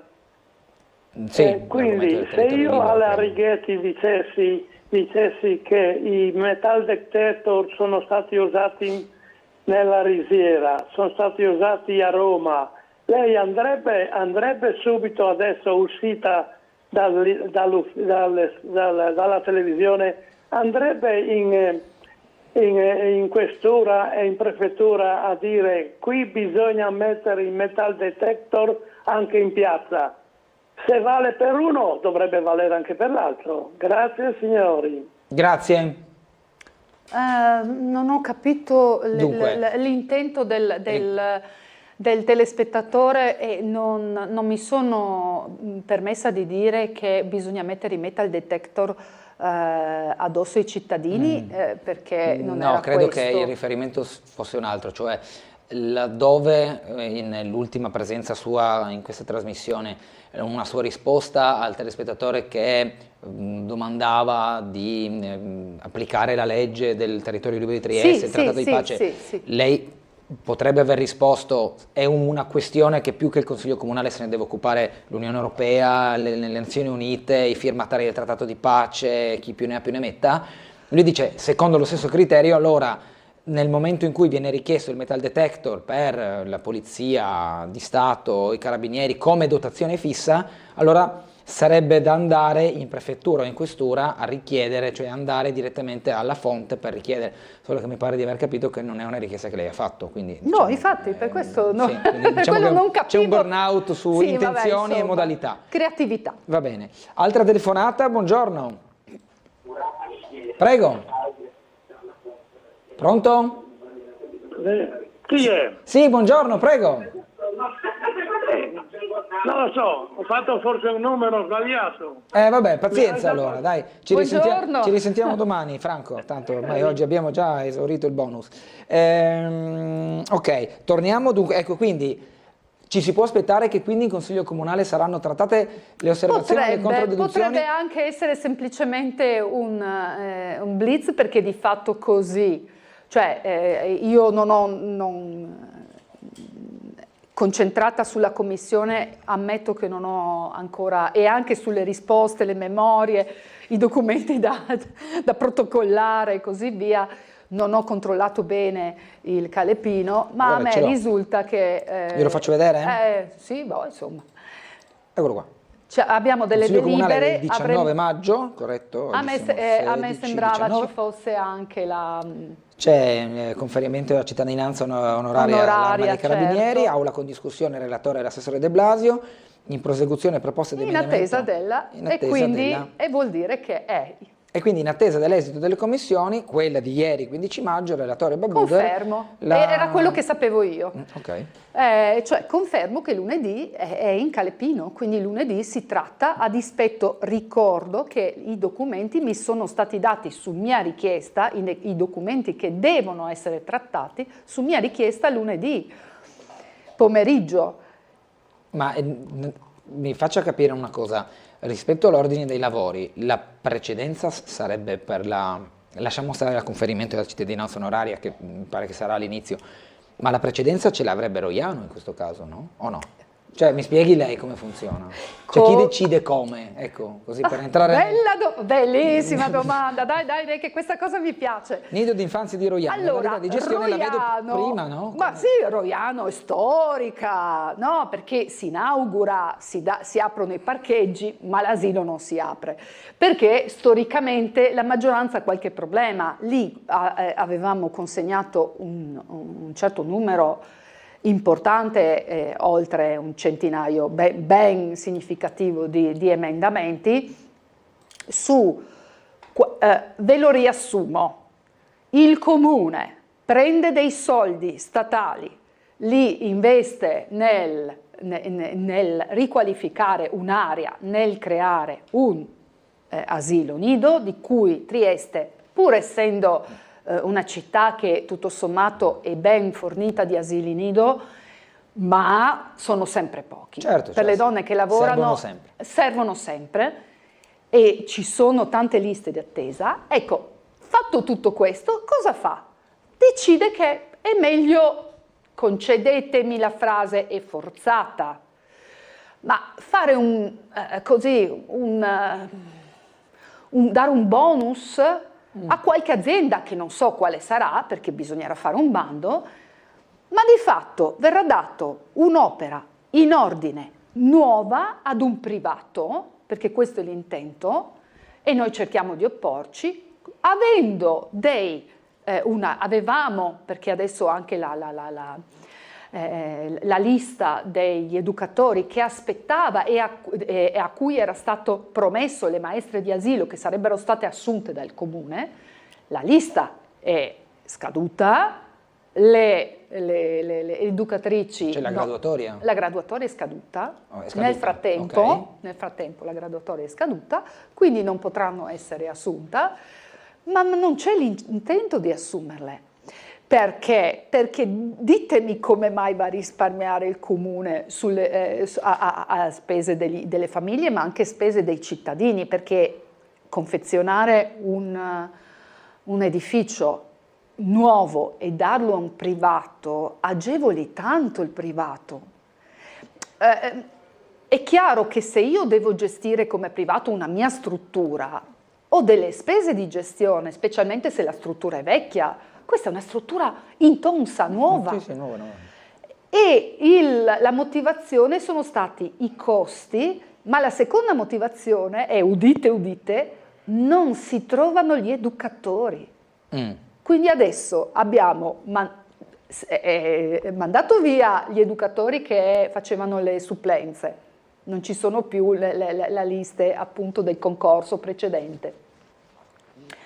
Le persone verranno a questo punto probabilmente assunte con contratti chiaramente diversi, con orari completamente diversi dal privato. Ma è la gestione intera o a metà? Perché non ho, allora è un po' così, cioè alcuni posti dovrebbero essere dati con le caratteristiche e con i costi comunali. E quando sono stati fatti le valutazioni dei costi, però è stato messo dentro all'interno i 16 posti sui 32 con i costi, equiparato con i costi di un project o di una gestione in toto del comune di 32 posti.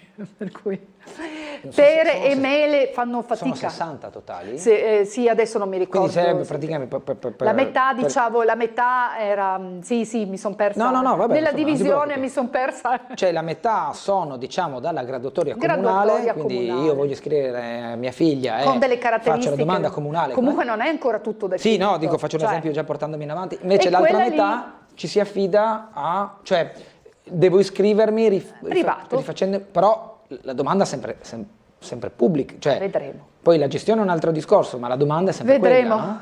Vedremo. Vabbè, vedremo. Allora, sentiamo una telefonata, poi dovremo chiudere, che sono quasi le 9. Buongiorno. Sì, buongiorno, sono Maria. Prego. Sì, niente, io volevo dire una mia opinione sul fatto di tutti questi scontri che fanno fra destra, sinistra, insomma.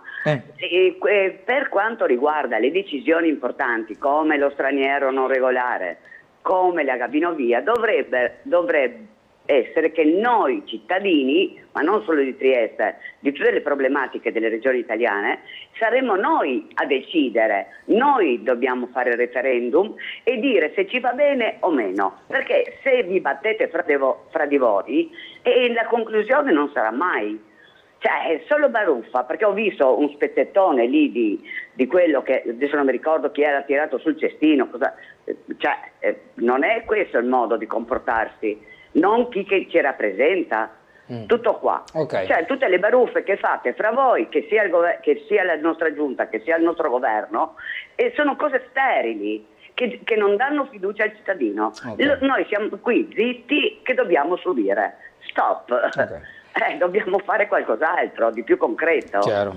Grazie signora, risposta rapida. Cerco di dare una risposta rapida. L'intervento della signora è molto puntuale e questo è il motivo per cui io provo a mantenere costantemente un atteggiamento istituzionale, perché cerco di rispondere a queste persone e tutti gli atti che faccio sono assolutamente in linea con la legge, con le regole, con tutto quello che mi è concesso di fare. Riguardo al referendum, sono sempre stata favorevole al referendum, ho certificato le firme, anzi approfitto, ci sono i referendum adesso signori, è il momento in cui il cittadino può dire la sua finalmente sul lavoro, sui licenziamenti facili, sul precariato. Sono 4 referendum che io ritengo molto importanti, 3 sul lavoro, quindi che interessano direttamente il cittadino. Se ne parla poco, andate a votare, perché io ho letto di Federica che ha detto di non andare a votare. Io lo trovo che una figura istituzionale consigli di non andare a votare sia aberrante. Grazie ad Alessandra Ricchetti che è stata con noi questa mattina, una buona giornata e un buon lavoro. Pubblicità, a tra poco.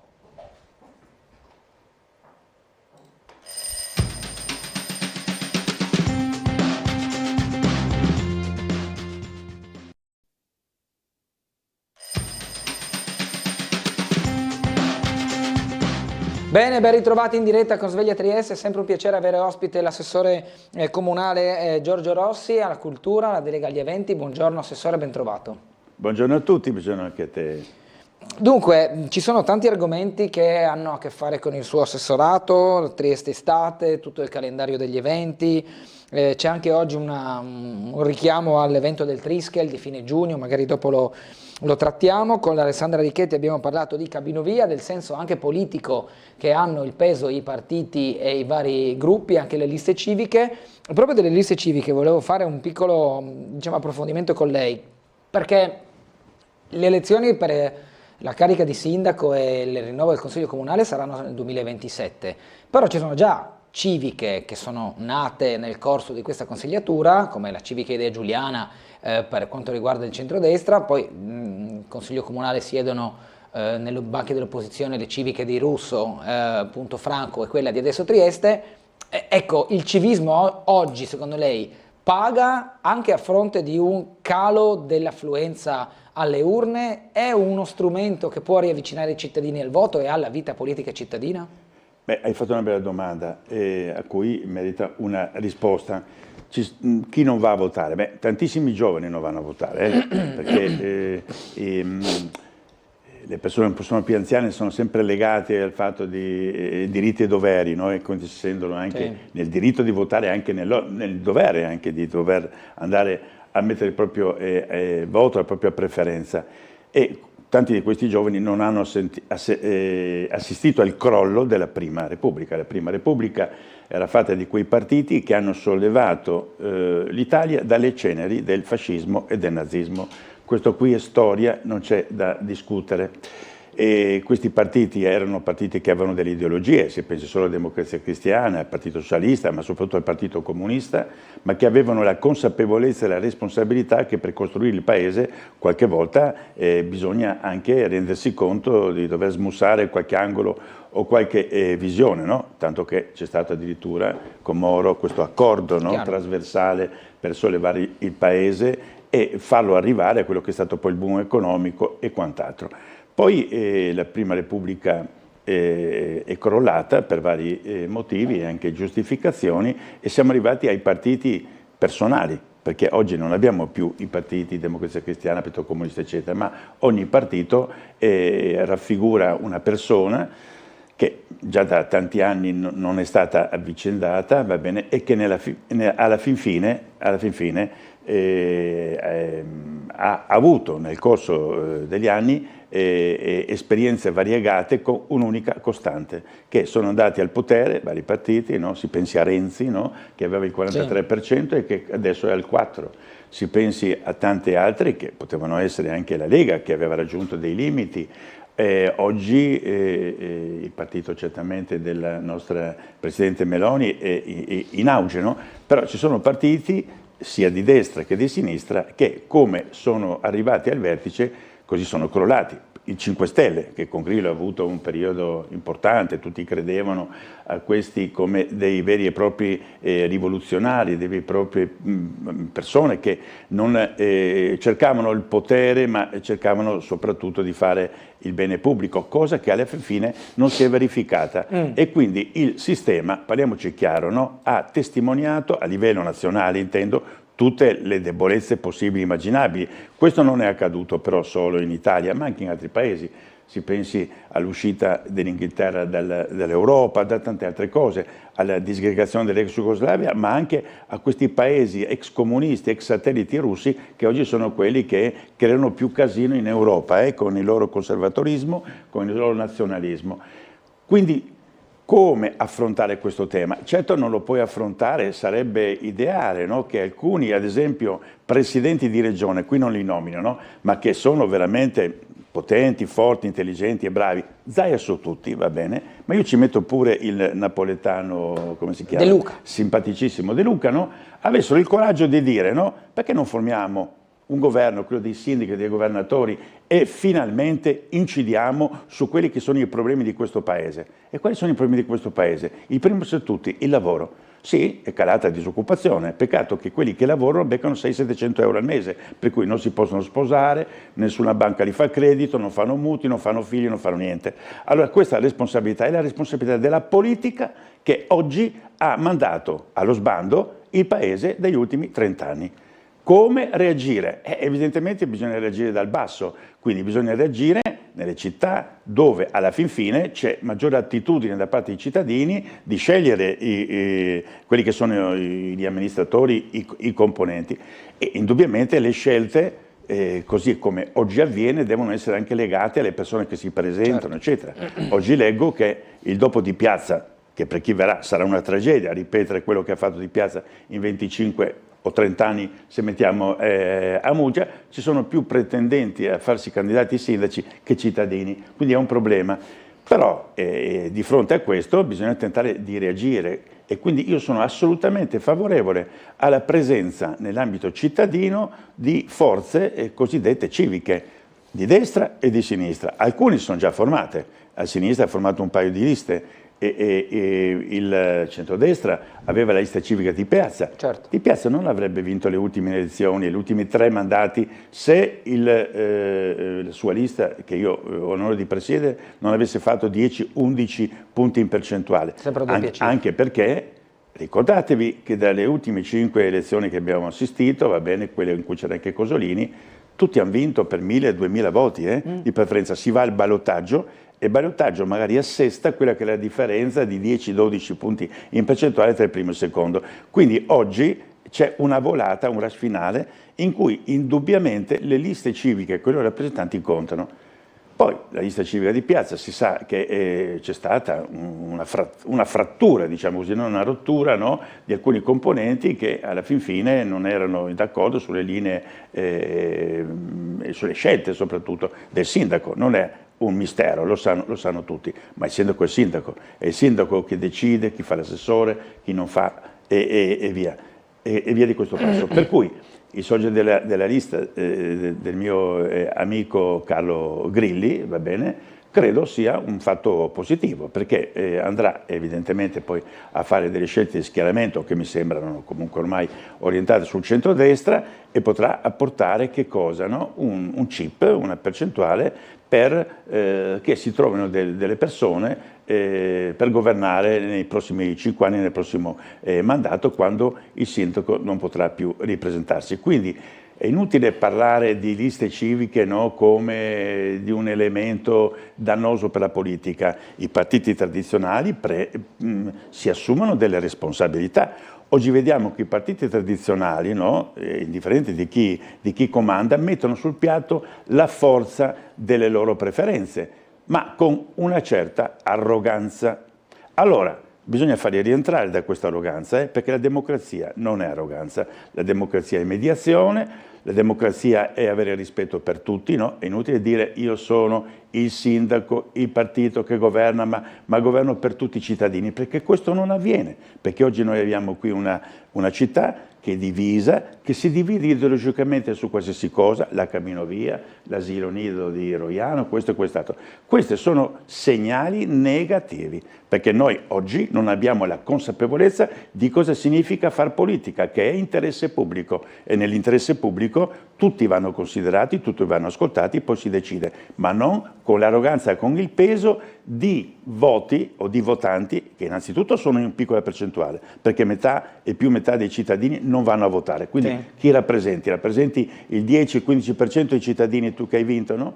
E la seconda perché si ritorni ad un sistema più equilibrato e più democratico, perché oggi noi abbiamo atteggiamenti, tutti, destra e sinistra, oligarchici. Cosa vuol dire l'oligarchia? Che comandano 4 gatti. Ma chi sono questi 4 gatti? Questi 4 gatti sono persone che hanno certamente un ruolo, una figura politica, ma lontanissima da quello che è stato il modo di fare politica dei nostri padri o dei nostri nonni che hanno ricostruito il paese, perché quelli erano i veri democratici, quelli erano i veri titani, quelli avevano una scuola politica e non avevano, diciamo, questa rappresentanza passeggera che c'è oggi. Mi sembra di essermi spiegato. Molto bene, noi dobbiamo andare in pubblicità, ritorneremo tra poco.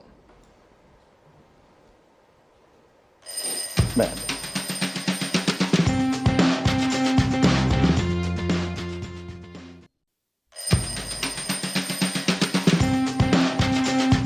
Torniamo in diretta con Sveglia Trieste in compagnia dell'assessore Giorgio Rossi. Abbiamo una telefonata, buongiorno. Pronto? Buongiorno. Sì. Mi scuso per l'intervento, io sono un cittadino della città che è molto interessato all'assessorato che ricopre il dottor Rossi, no? Prego. Quello del turismo, della cultura e quant'altro. E purtroppo vedo che da inizio anno sono cambiate un po' le cose, c'è stata una flessione, una riduzione degli orari d'accesso alle strutture che io ritengo essere la vetrina della nostra città, e non riesco a capire perché noi cittadini e anche i turisti si trovano in questa condizione di non poter usufruire delle strutture pubbliche, diciamo di ricezione come musei, mostre, eccetera, eccetera, perché Trieste da città turistica ha fatto una scelta economica di risparmio andando a tagliare indubbiamente gli orari. Questo mi chiedo io, il servizio non è più il servizio che era gli anni scorsi. Mi chiedo se Trieste è stata tanto decantata quale meta turistica in continua evoluzione con un incremento tanto importante, come mai è stata scelta questa politica di riduzione? Noi con i bambini non riusciamo quasi più a accedere alle strutture visti i tagli di orario. Ok. Bene. Lascio rispondere l'assessore. Mi piace questa domanda perché mi fa entrare in quello che è un campo su cui sto lavorando. L'altro anno abbiamo fatto 830.000 visitatori nei musei, record che non sarà superato neanche nei prossimi 50 anni, anche grazie alle mostre che abbiamo portato. Van Gogh. Oggi, anzi nel 2025, i musei sono sottoposti a una serie di interventi di ristrutturazione, per cui certamente ci sarà una piccola flessione, soprattutto a Re Voltella e anche alle Enriquez, eccetera, però resta inteso che il problema della chiusura alle ore 16 è un problema dettato dalle disponibilità finanziarie del mio assessorato, che sono limitate perché noi abbiamo avuto dei costi per la sorveglianza nei musei superiori ai precedenti, perché abbiamo cambiato diciamo, la ditta che ci faceva e soprattutto abbiamo elevato il livello qualitativo delle persone che lavorano nei musei. Questa è una scelta che abbiamo dovuto fare, no? E quindi di fronte a 1,5 milioni di turisti che abbiamo avuto nel 2024, io, ho dovuto da un lato accettare una operazione che mi è stata purtroppo necessaria di ridurre una parte dei musei come orario di chiusura alle ore 16, mentre altri musei, San Giusto, Re Voltella e un paio d'altri, hanno un orario che finisce alle ore 19. Adesso ho dato mandato l'altra settimana di spostare dalle 16 alle 18, proprio perché il nostro spettatore ha assolutamente ragione. Noi non possiamo alle 4 chiudere i turisti, la gente alle 4 appena esce dall'albergo perché magari fa caldo per andare a farsi una passeggiata. Quindi adesso noi li riapriremo, no? Ma l'assessore al bilancio, il mio amico Everest, va bene, sa benissimo che bisogna in qualche modo, no, sopperire con una cifra modestissima sul corrente per compensare questo aumento di orari. Ma lo faremo perché l'amministrazione deve capire che oggi il turismo e l'assessorato alla cultura portano economia alla città. Oggi noi abbiamo un indotto e non ce l'ha nessuno. Qualcuno mi venga a dire qual altro assessorato porta l'indotto che portiamo noi. Certamente quello del commercio porterà qualcosa. Altri assessorati sono assessorati più assettici, no? Perché non è che l'economia della città non la porta nessuno. Però 1,5 milioni di visitatori a fronte del fatto di che cosa? Che nel primo quadrimestre, signori miei, del 2025 il numero dei pernottamenti, quindi dei turisti, è aumentato del 17,5%. Non è uno scherzo. Sapete perché non è uno scherzo? Perché il sindaco lo sa benissimo, no? Oggi siamo al super top, ma bisogna a un certo punto confrontare quelli che sono gli effetti di un turismo in crescita con le esigenze dei cittadini triestini. E il primo di questi sono i parcheggi, non ci sono dubbi, perché 1,5 milioni sono i pernottamenti, poi abbiamo sia i croceristi, che non sono in questo numero, ma sia soprattutto i turisti del sabato e della domenica delle feste comandate, che vengono qua, ma se non trovano un parcheggio non tornano la prossima volta, vanno magari in un'altra parte o vanno in Istria, in Dalmazia, dove vuole.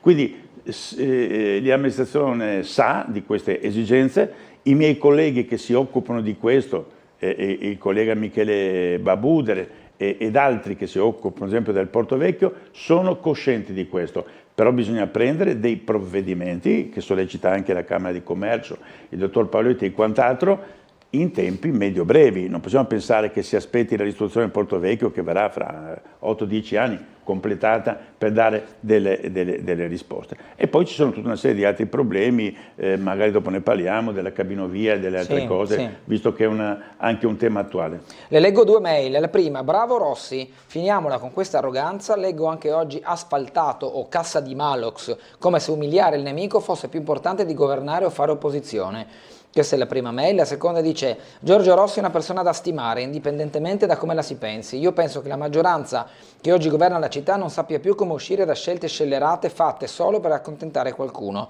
Ci sono consiglieri della maggioranza che non hanno la capacità o la possibilità di dire una parola nelle sedi appropriate. A questo proposito, cosa ne pensa il suo ospite di quei consiglieri che partecipano ai consigli comunali solo ed esclusivamente per scaldare la sedia?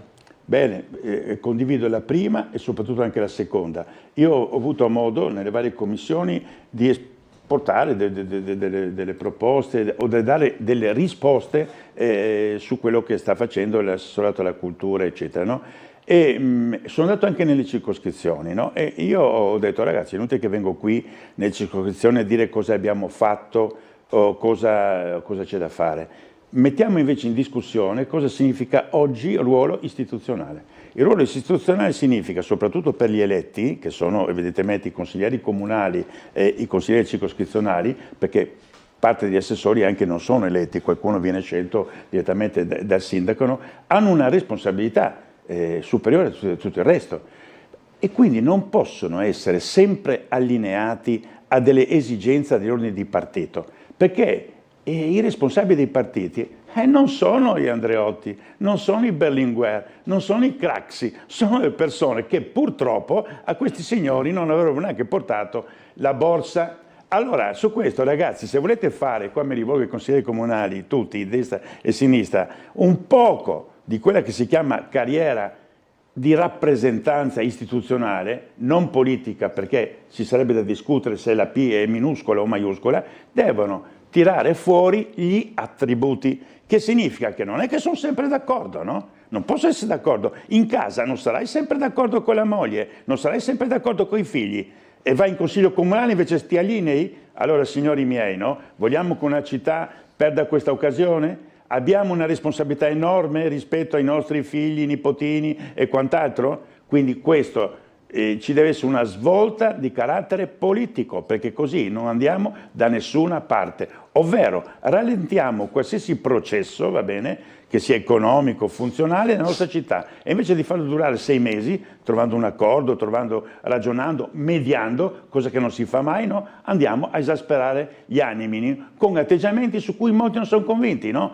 Tutte le cose che andiamo a discutere, io vorrei in un'urna, va bene, segreta, capire se tutti sono d'accordo su quello che dicono il Consiglio Comunale. Altra telefonata, buongiorno. Buongiorno, sono Silvia. Prego Silvia. È un piacere sentire il dottor Rossi, devo dire. Un piacere sentire anche lei, signora.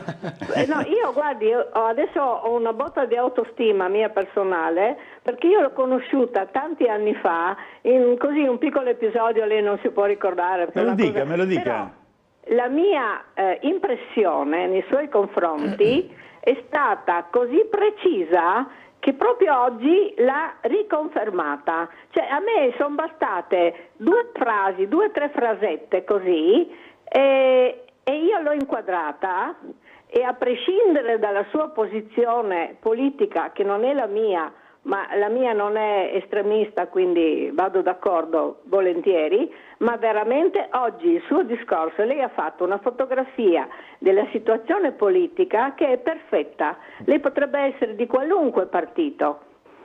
E quindi in base alla sua fotografia io sono sempre più convinta che il referendum è ossigeno per noi cittadini, perché non siamo rappresentati, perché veniamo disprezzati, e questo mi dispiace, ma glielo dico, gliel'ho detto in faccia anche al sindaco, lui ha un atteggiamento verso l'opposizione alle sue decisioni che è veramente arrogante, perché ha detto quelli sono stupidi, come si permette?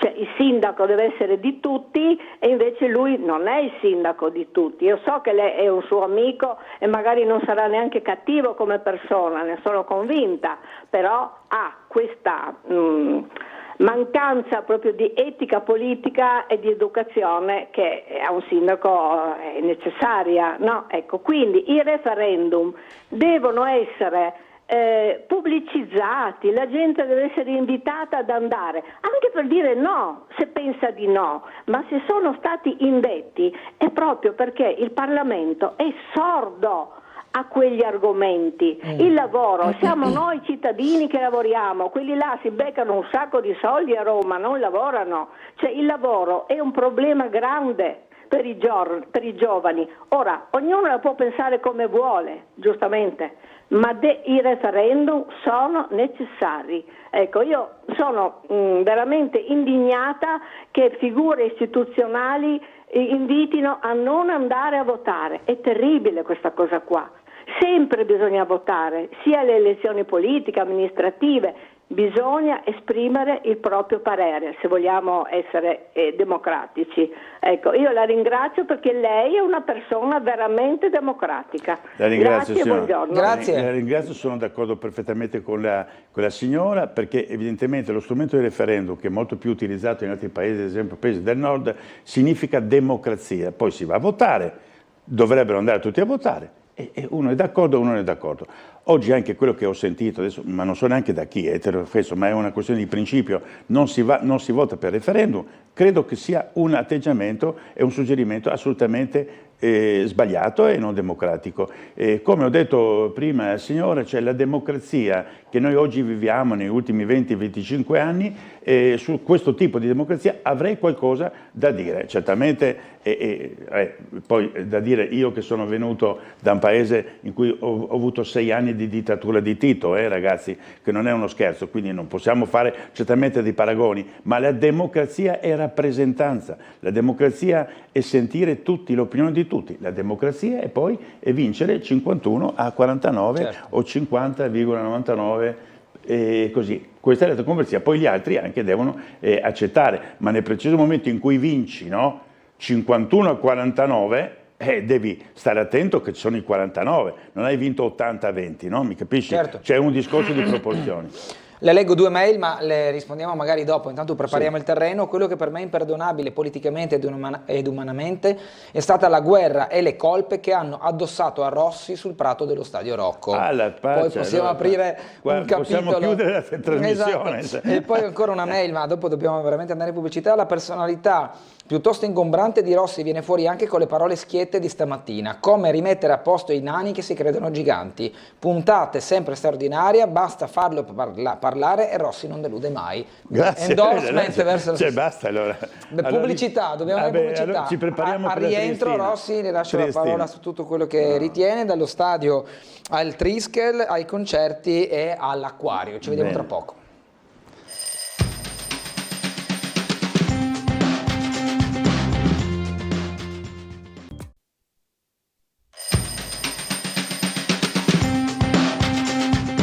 Torniamo in diretta con Sveglia Trieste in compagnia dell'assessore Rossi, a cui ho preparato il terreno dello stadio. Parliamo del tema che preferisco, lo Stadio Rocco. Lo Stadio Rocco, quando sono avvenuti i problemi dello Stadio Rocco, io avevo appena da poco accolto con grande fervore e anche simpatia gli statunitensi presidenti e tutto il suo staff. siamo andati al caffè degli Specchi, abbiamo bevuto, eccetera, li ho portati in giro per Cavana, conosco tutti perché sono vissuto 7-8 anni in quella zona, mangia il frutto di qua, lo spicchio d'uva dall'altra parte. Ci siamo lasciati con grande entusiasmo e mi ricordo benissimo che l'ultimo incontro che ho fatto nel Hotel NH, va bene, dove erano ospitati, che mi hanno chiesto delle cose, io ho risposto e ho detto, boh, ci lasciamo e faccio i migliori auguri. L'unico e ultimo suggerimento che ho dato a loro, attenzione, non cercate sponde politiche in quello che è la vostra attività sportiva.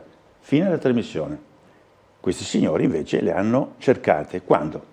Quando dopo aver fatto la frittata del Rocco, che è una frittata in cui tante uova si sono mescolate, tra cui quelle anche del mio assessorato, ma anche quello degli assessorati di altri colleghi o colleghe, va bene, questi signori no, hanno addossato al comune tutte le responsabilità, quando ne avevano una molto grande, no? Che hanno fatto fare gli allenamenti, mentre il campo era lì stazionario che doveva un po' cuocersi e far crescere l'erba. Quindi loro sono corresponsabili, o erano corresponsabili di questa che è stata alla fin fine un grande problema, perché poi sono venuti fuori tutta una serie di situazioni. Loro hanno tradito la mia fiducia, ci hanno pugnato le spalle, a me e al sindaco, va bene? E alla fin fine sono andati a cercare sponde politiche, tanto che il sindaco mi ha detto, ma cosa facciamo? Fammi una cortesia, molla l'osso.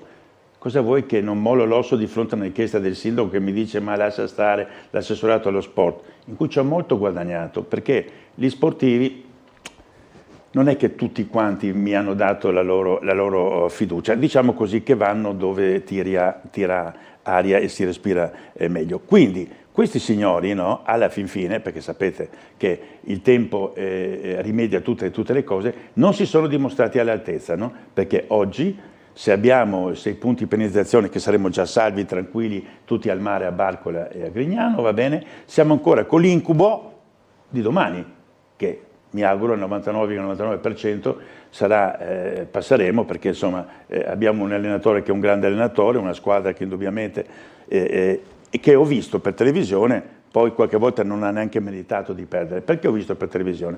Perché sapete, nella vita bisogna fare delle scelte. Io ho detto, fino a quando c'è questa situazione allo Stadio Rocco io non ci vado. Guardo per televisione, tifo la Triestina, molto più di certi tifosi, o che ho sentito che non erano tifosi, sono diventati tifosi dopo. Quindi ha visto le partite su Tele4, sì, con la nostra telecronaca. Su Tele4, ma certamente guarda la partita su Tele4 con la vostra cronaca. Per cui io allo Stadio Rocco non ci vado, fino a quando questi signori non saranno seduti su quelle sedie che non meritano, perché hanno speso un sacco di soldi, hanno dato punti di penalizzazione, si presume che il prossimo campionato, che mi auguro restiamo in Serie C, va bene, sarà appesantito da altri 6-7 punti, ma dove vogliamo arrivare? Facciano una cortesia e riattraversino l'Atlantico, restino coi loro fondi dove erano prima, perché non abbiamo bisogno di questi. Confesso che noi ci siamo forse malamente lamentati di quando c'era la Triestina precedente, ma in cui c'era Biasin, che mi pare 3 anni che è morto, poverino, no? E cosa, no? E in cui quella volta insomma c'erano delle richieste del comune, ma non di una tale arroganza, no? Oggi questi signori pensano di poter gestire lo stadio, di fare concerti, eccetera, no? Perché pensano, no, che fare concerti laddove, no, per fare un concerto tipo quello di Robbie Williams, no, sia la regione che il comune mettono dei soldi, quindi bisogna mettere dei soldi, che questi signori che organizzano i concerti vanno da loro, che pretendono di gestire lo stadio, che gli diano soldi a loro, ma questi sono fuori con la testa, perché non conoscono né i sistemi né nulla. Quindi questa è la mia posizione, che è assolutamente una posizione personale, no? Poi vedremo, perché devono presentare il progetto di finance, eccetera, tutte balle astrali, va bene, che ne abbiamo viste quelle di cotte e di crude in questi ultimi anni. Quindi ciao signori, per quanto mi riguarda non ho il minimo dubbio che non meritate questa città. Sentiamo, piuttosto severo. Sentiamo una telefonata, buongiorno. Buongiorno Claudio. Prego. Volevo fare una domanda al signor Rossi che non c'entra col suo assessorato. Allora, i miei genitori sono da 30 anni che sono mancati e sono nel cimitero di Opicina, in 2 loculi. Allora, dopo 30 anni ho chiesto il rinnovo, Sa quanto mi hanno chiesto per rinnovare e devono fare solo una trascrizione su computer? Quasi 8.000 euro. Le sembra una cosa giusta? Io adesso devo fare un'ipoteca sul mio alloggio per un prestito in banca, ma fate veramente pietà, grazie. Sì, io non ho capito il problema, se vi hanno chiesto cos'è di spostare la salma dei genitori, così mi pare io da non ho capito, no, mi sembra, cioè, allora, le tariffe del Comune di Trieste per qualsiasi tipo di servizio sono molto modeste, insomma, no? Mi sembra che qua ci sia qualcosa che non batta, il signore dovrebbe magari scrivere una mail, mi pare alla dottoressa Savino che si occupa dei cimiteri, perché mi pare impensabile che chiedano 8.000 euro, ma per cosa? Insomma, non si chiedono questi neanche soldi se si vuole un loculo, se si vuole uno spazio personale, quindi qualcosa non quadra, ecco, non ho capito qual è il vero problema. Una mail dice: oggi trasmissione da pelle d'oca, dopo queste sacre e sante parole uscite al via la crisi di governo, viva Rossi, siamo tutti con te destra e sinistra, grazie Alessandro. Alla faccia, anche per il discorso dello Stadio Rocco. Cioè, no, Senta, mi commenta questa pagina del piccolo: emissioni acustiche, regolamento, orari del Triskel, scattano i paletti, cosa succede? La Triskel è un evento molto bello che hanno fatto da più di una decina d'anni, che avviene al Ferdinandeo, nella zona del Ferdinandeo. Musiche celtiche, eccetera, bellissime, no? Accompagnate da giochi, da tutta una serie di eventi collaterali, no? Che deve fare i conti, come tutti quelli della Movida, con un regolamento che il Consiglio Comunale, mi sembra, ha fatto e definito l'altro anno. È un regolamento abbastanza, diciamo così, preciso, perché detta delle regole per quello che può avvenire in una settimana di, diciamo così, di musica continua, perché si parla di emissioni sonore, va bene. In questa settimana, tento di sintetizzare, ci sono che cosa? 2 giorni in cui non puoi fare musica con ad alto volume, con altoparlanti, eccetera, no? 3 giorni in cui invece puoi farla, che mi sembra siano venerdì, sabato e domenica, se non sbaglio, in cui la puoi fare fino alle ore 24. E poi 3 più 2, restano 2 giorni, 2 o 3 giorni, adesso non mi ricordo, in cui devi finire alle 22:30 e se vuoi continuare la giunta comunale, quindi non il consiglio comunale, ti deve dare delle deroghe. Questo è l'inquadramento normativo. Allora, i signori avevano chiesto per il Fernandeo, va bene, di poter fare quello che facevano prima di questo regolamento, in cui tutti i 10 giorni, perché fanno 10 giorni, una settimana e mezza, suonavano fino alle 23:30. Fino alle 24, okay. Eccetera. Bene. Su questa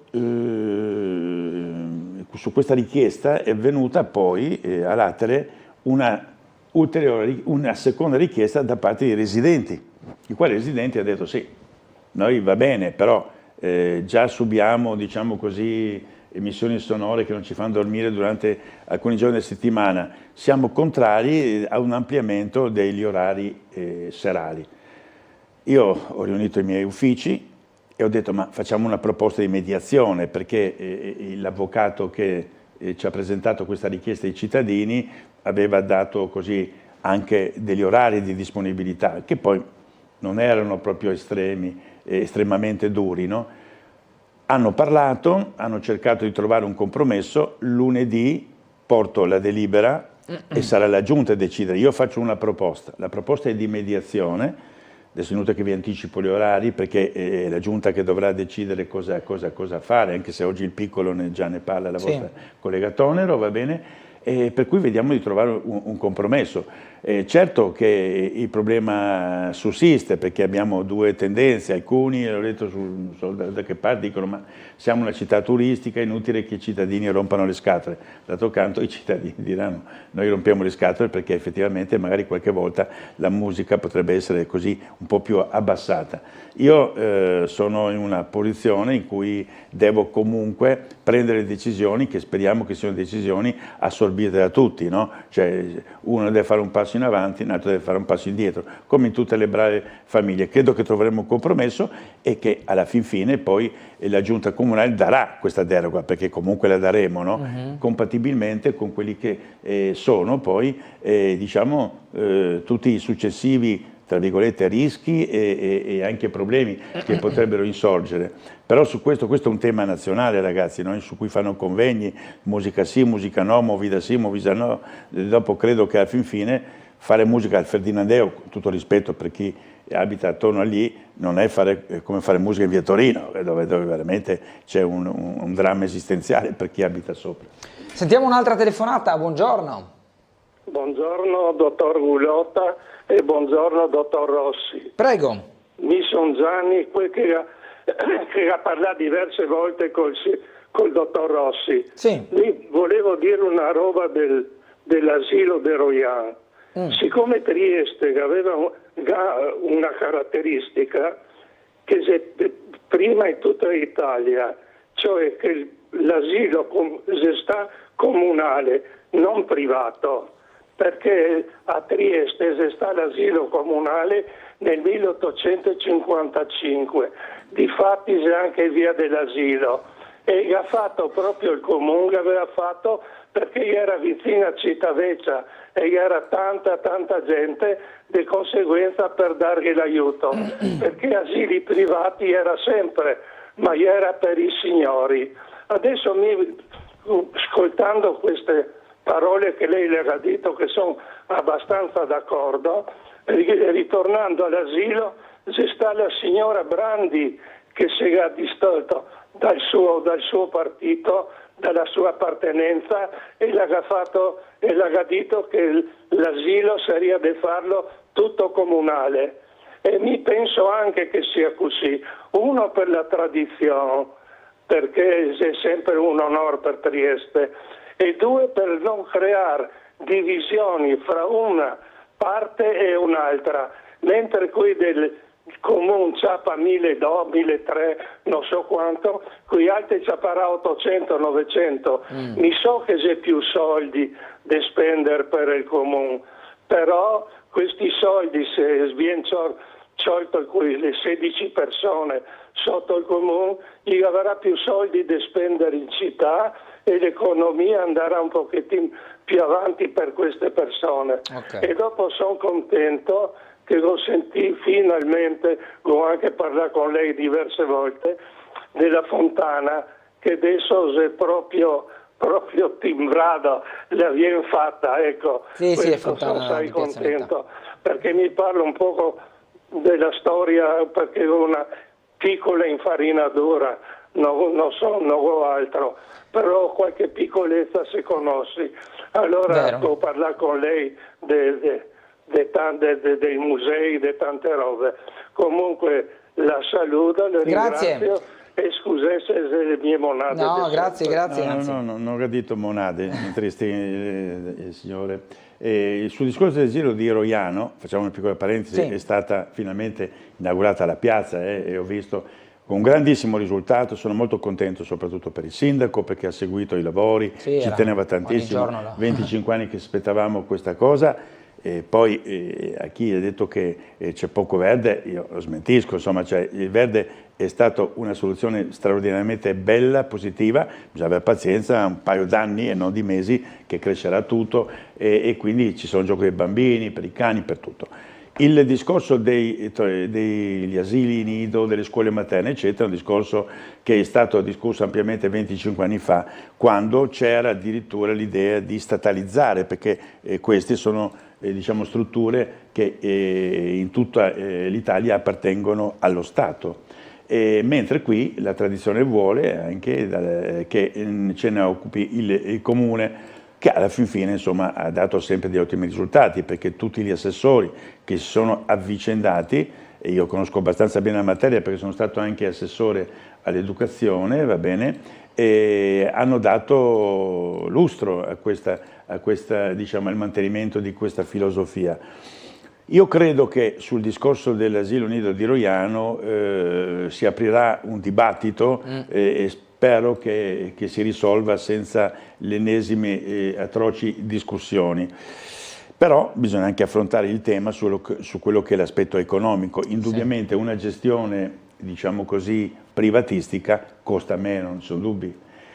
Certo che lì qual è, credo, il problema? Quello che ha centrato il nostro spettatore, che se da una parte hai la gestione comunale e da parte hai la gestione privata, non dico che mangiano in maniera diversa, uno peggio, uno meglio, perché mangeranno probabilmente gli stessi pasti, no? Ma certamente il trattamento, eccetera, avrà una configurazione diversa. E quindi uno si lamenterà di una cosa, uno si lamenterà di un'altra. Quindi credo che alla fin fine il problema sia o tutto privato o tutto quanto pubblico. No? Cioè, un ibrido non è che non mi piace, perché evidentemente è una scelta legata all'aspetto dei costi, non è che non mi piace. Per dare coerenza è meglio l'uno o l'altro. Vedo che poi potrebbero sorgere dei problemi, quello dice: ma tu come sta tuo figlio? Sì, sta benissimo. No, il mio aveva la maestra che non è venuta. Cioè, sono queste le cose, le piccole cose che poi creano una lamentele anche superiore a quelli che sono effettivamente i reali problemi. Ma il discorso anche del personale poi è da affrontare, no? Cioè lei lo ha vissuto con il discorso museale. Il discorso del personale è un problema molto serio, signori miei, perché è ovvio che sul piatto del bilancio abbiamo i dipendenti pubblici e dall'altro i dipendenti privati. I dipendenti privati si scelgono attraverso gare d'appalto in cui se uno ha una malattia, se una signora resta incinta, eccetera, va bene, questa viene sostituita, il privato deve sostituire, il privato deve dare esercitare quel servizio con 50 persone, 50 devono essere lì, malati, non malati, eccetera, devono essere sostituiti, e il problema lo sa. Dall'altra parte no, perché evidentemente ci sono tutte queste tutele.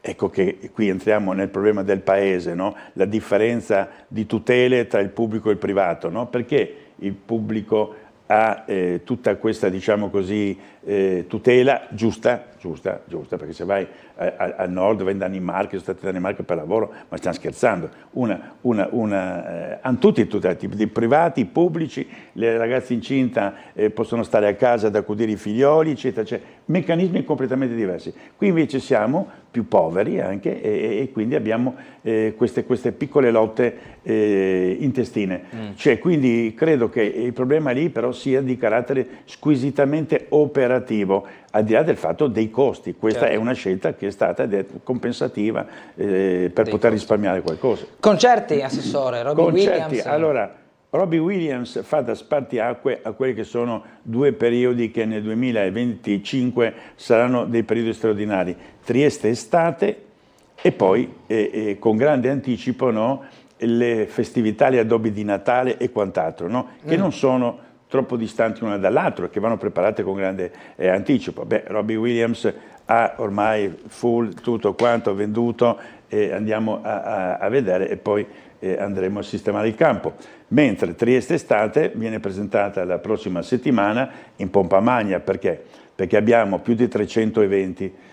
Cosa caratterizza Trieste estate ed implementa quello che abbiamo fatto nell'altro anno? Soprattutto gli interventi delle periferie, con particolare riferimento anche all'altipiano. L'altipiano ha dato un'ottima risposta l'altro anno e andremo a fare anche dei concerti, delle cose nei vari paesi, da Prosecco, Piccina, Basovizza e quant'altro, oltre a non trascurare i rioni tradizionali, no? Da San Giovanni, San Giacomo, Gretta, Borgo San Sergio e quant'altro. No? Lì ci ha dato una mano l'associazione Hangar, che è un'associazione culturale di Marco Palizzoni, che ci ha dato una mano organizzativa straordinaria, e poi noi abbiamo i nostri due tutor, il maestro Centis e il maestro Marazzo, che hanno in qualche modo coordinato, perché coordinare 300 eventi non è cosa da poco. Dove andremo poi a puntare? Puntiamo molto su quello che è la ripetizione di collaborazioni con il Teatro Verdi, che quest'anno farà alcuni eventi al Castello di San Giusto straordinari, tra cui una grande opera. Continua la collaborazione con l'associazione dell'operetta, che farà il Festival dell'Operetta col maestro Binetti, anche lì molte cose interessanti, e poi anche con la società dei concerti, che seppur in settembre avrà una settimana di grandi eventi all'interno del Teatro Verdi e anche in altri contesti. Tutto il resto è opera di artisti di varie spessore, di varie anche provenienze, che lavoreranno in Piazza Verdi, soprattutto con concerti musicali al Museo Sartorio, con tutta la partecipazione dei teatri triestini, da quello dialettale ai teatri più importanti, e alla fin fine nel Winkelmann e in altri contesti avremo delle altre manifestazioni. Poi abbiamo però questa grande manifestazione, che questo la cura però direttamente il sindaco, del concerto dei 5 presidenti. Come no? Beh, questa è una cosa colossale, il sindaco ne parlava da parecchio tempo, aveva già fatto questo straordinario concerto dei 3 presidenti e sono sicuro che, proprio perché lo segue lui direttamente, ci sarà un grande risultato. Ma ci prepariamo anche per quello che è l'aspetto del Natale 2025, no?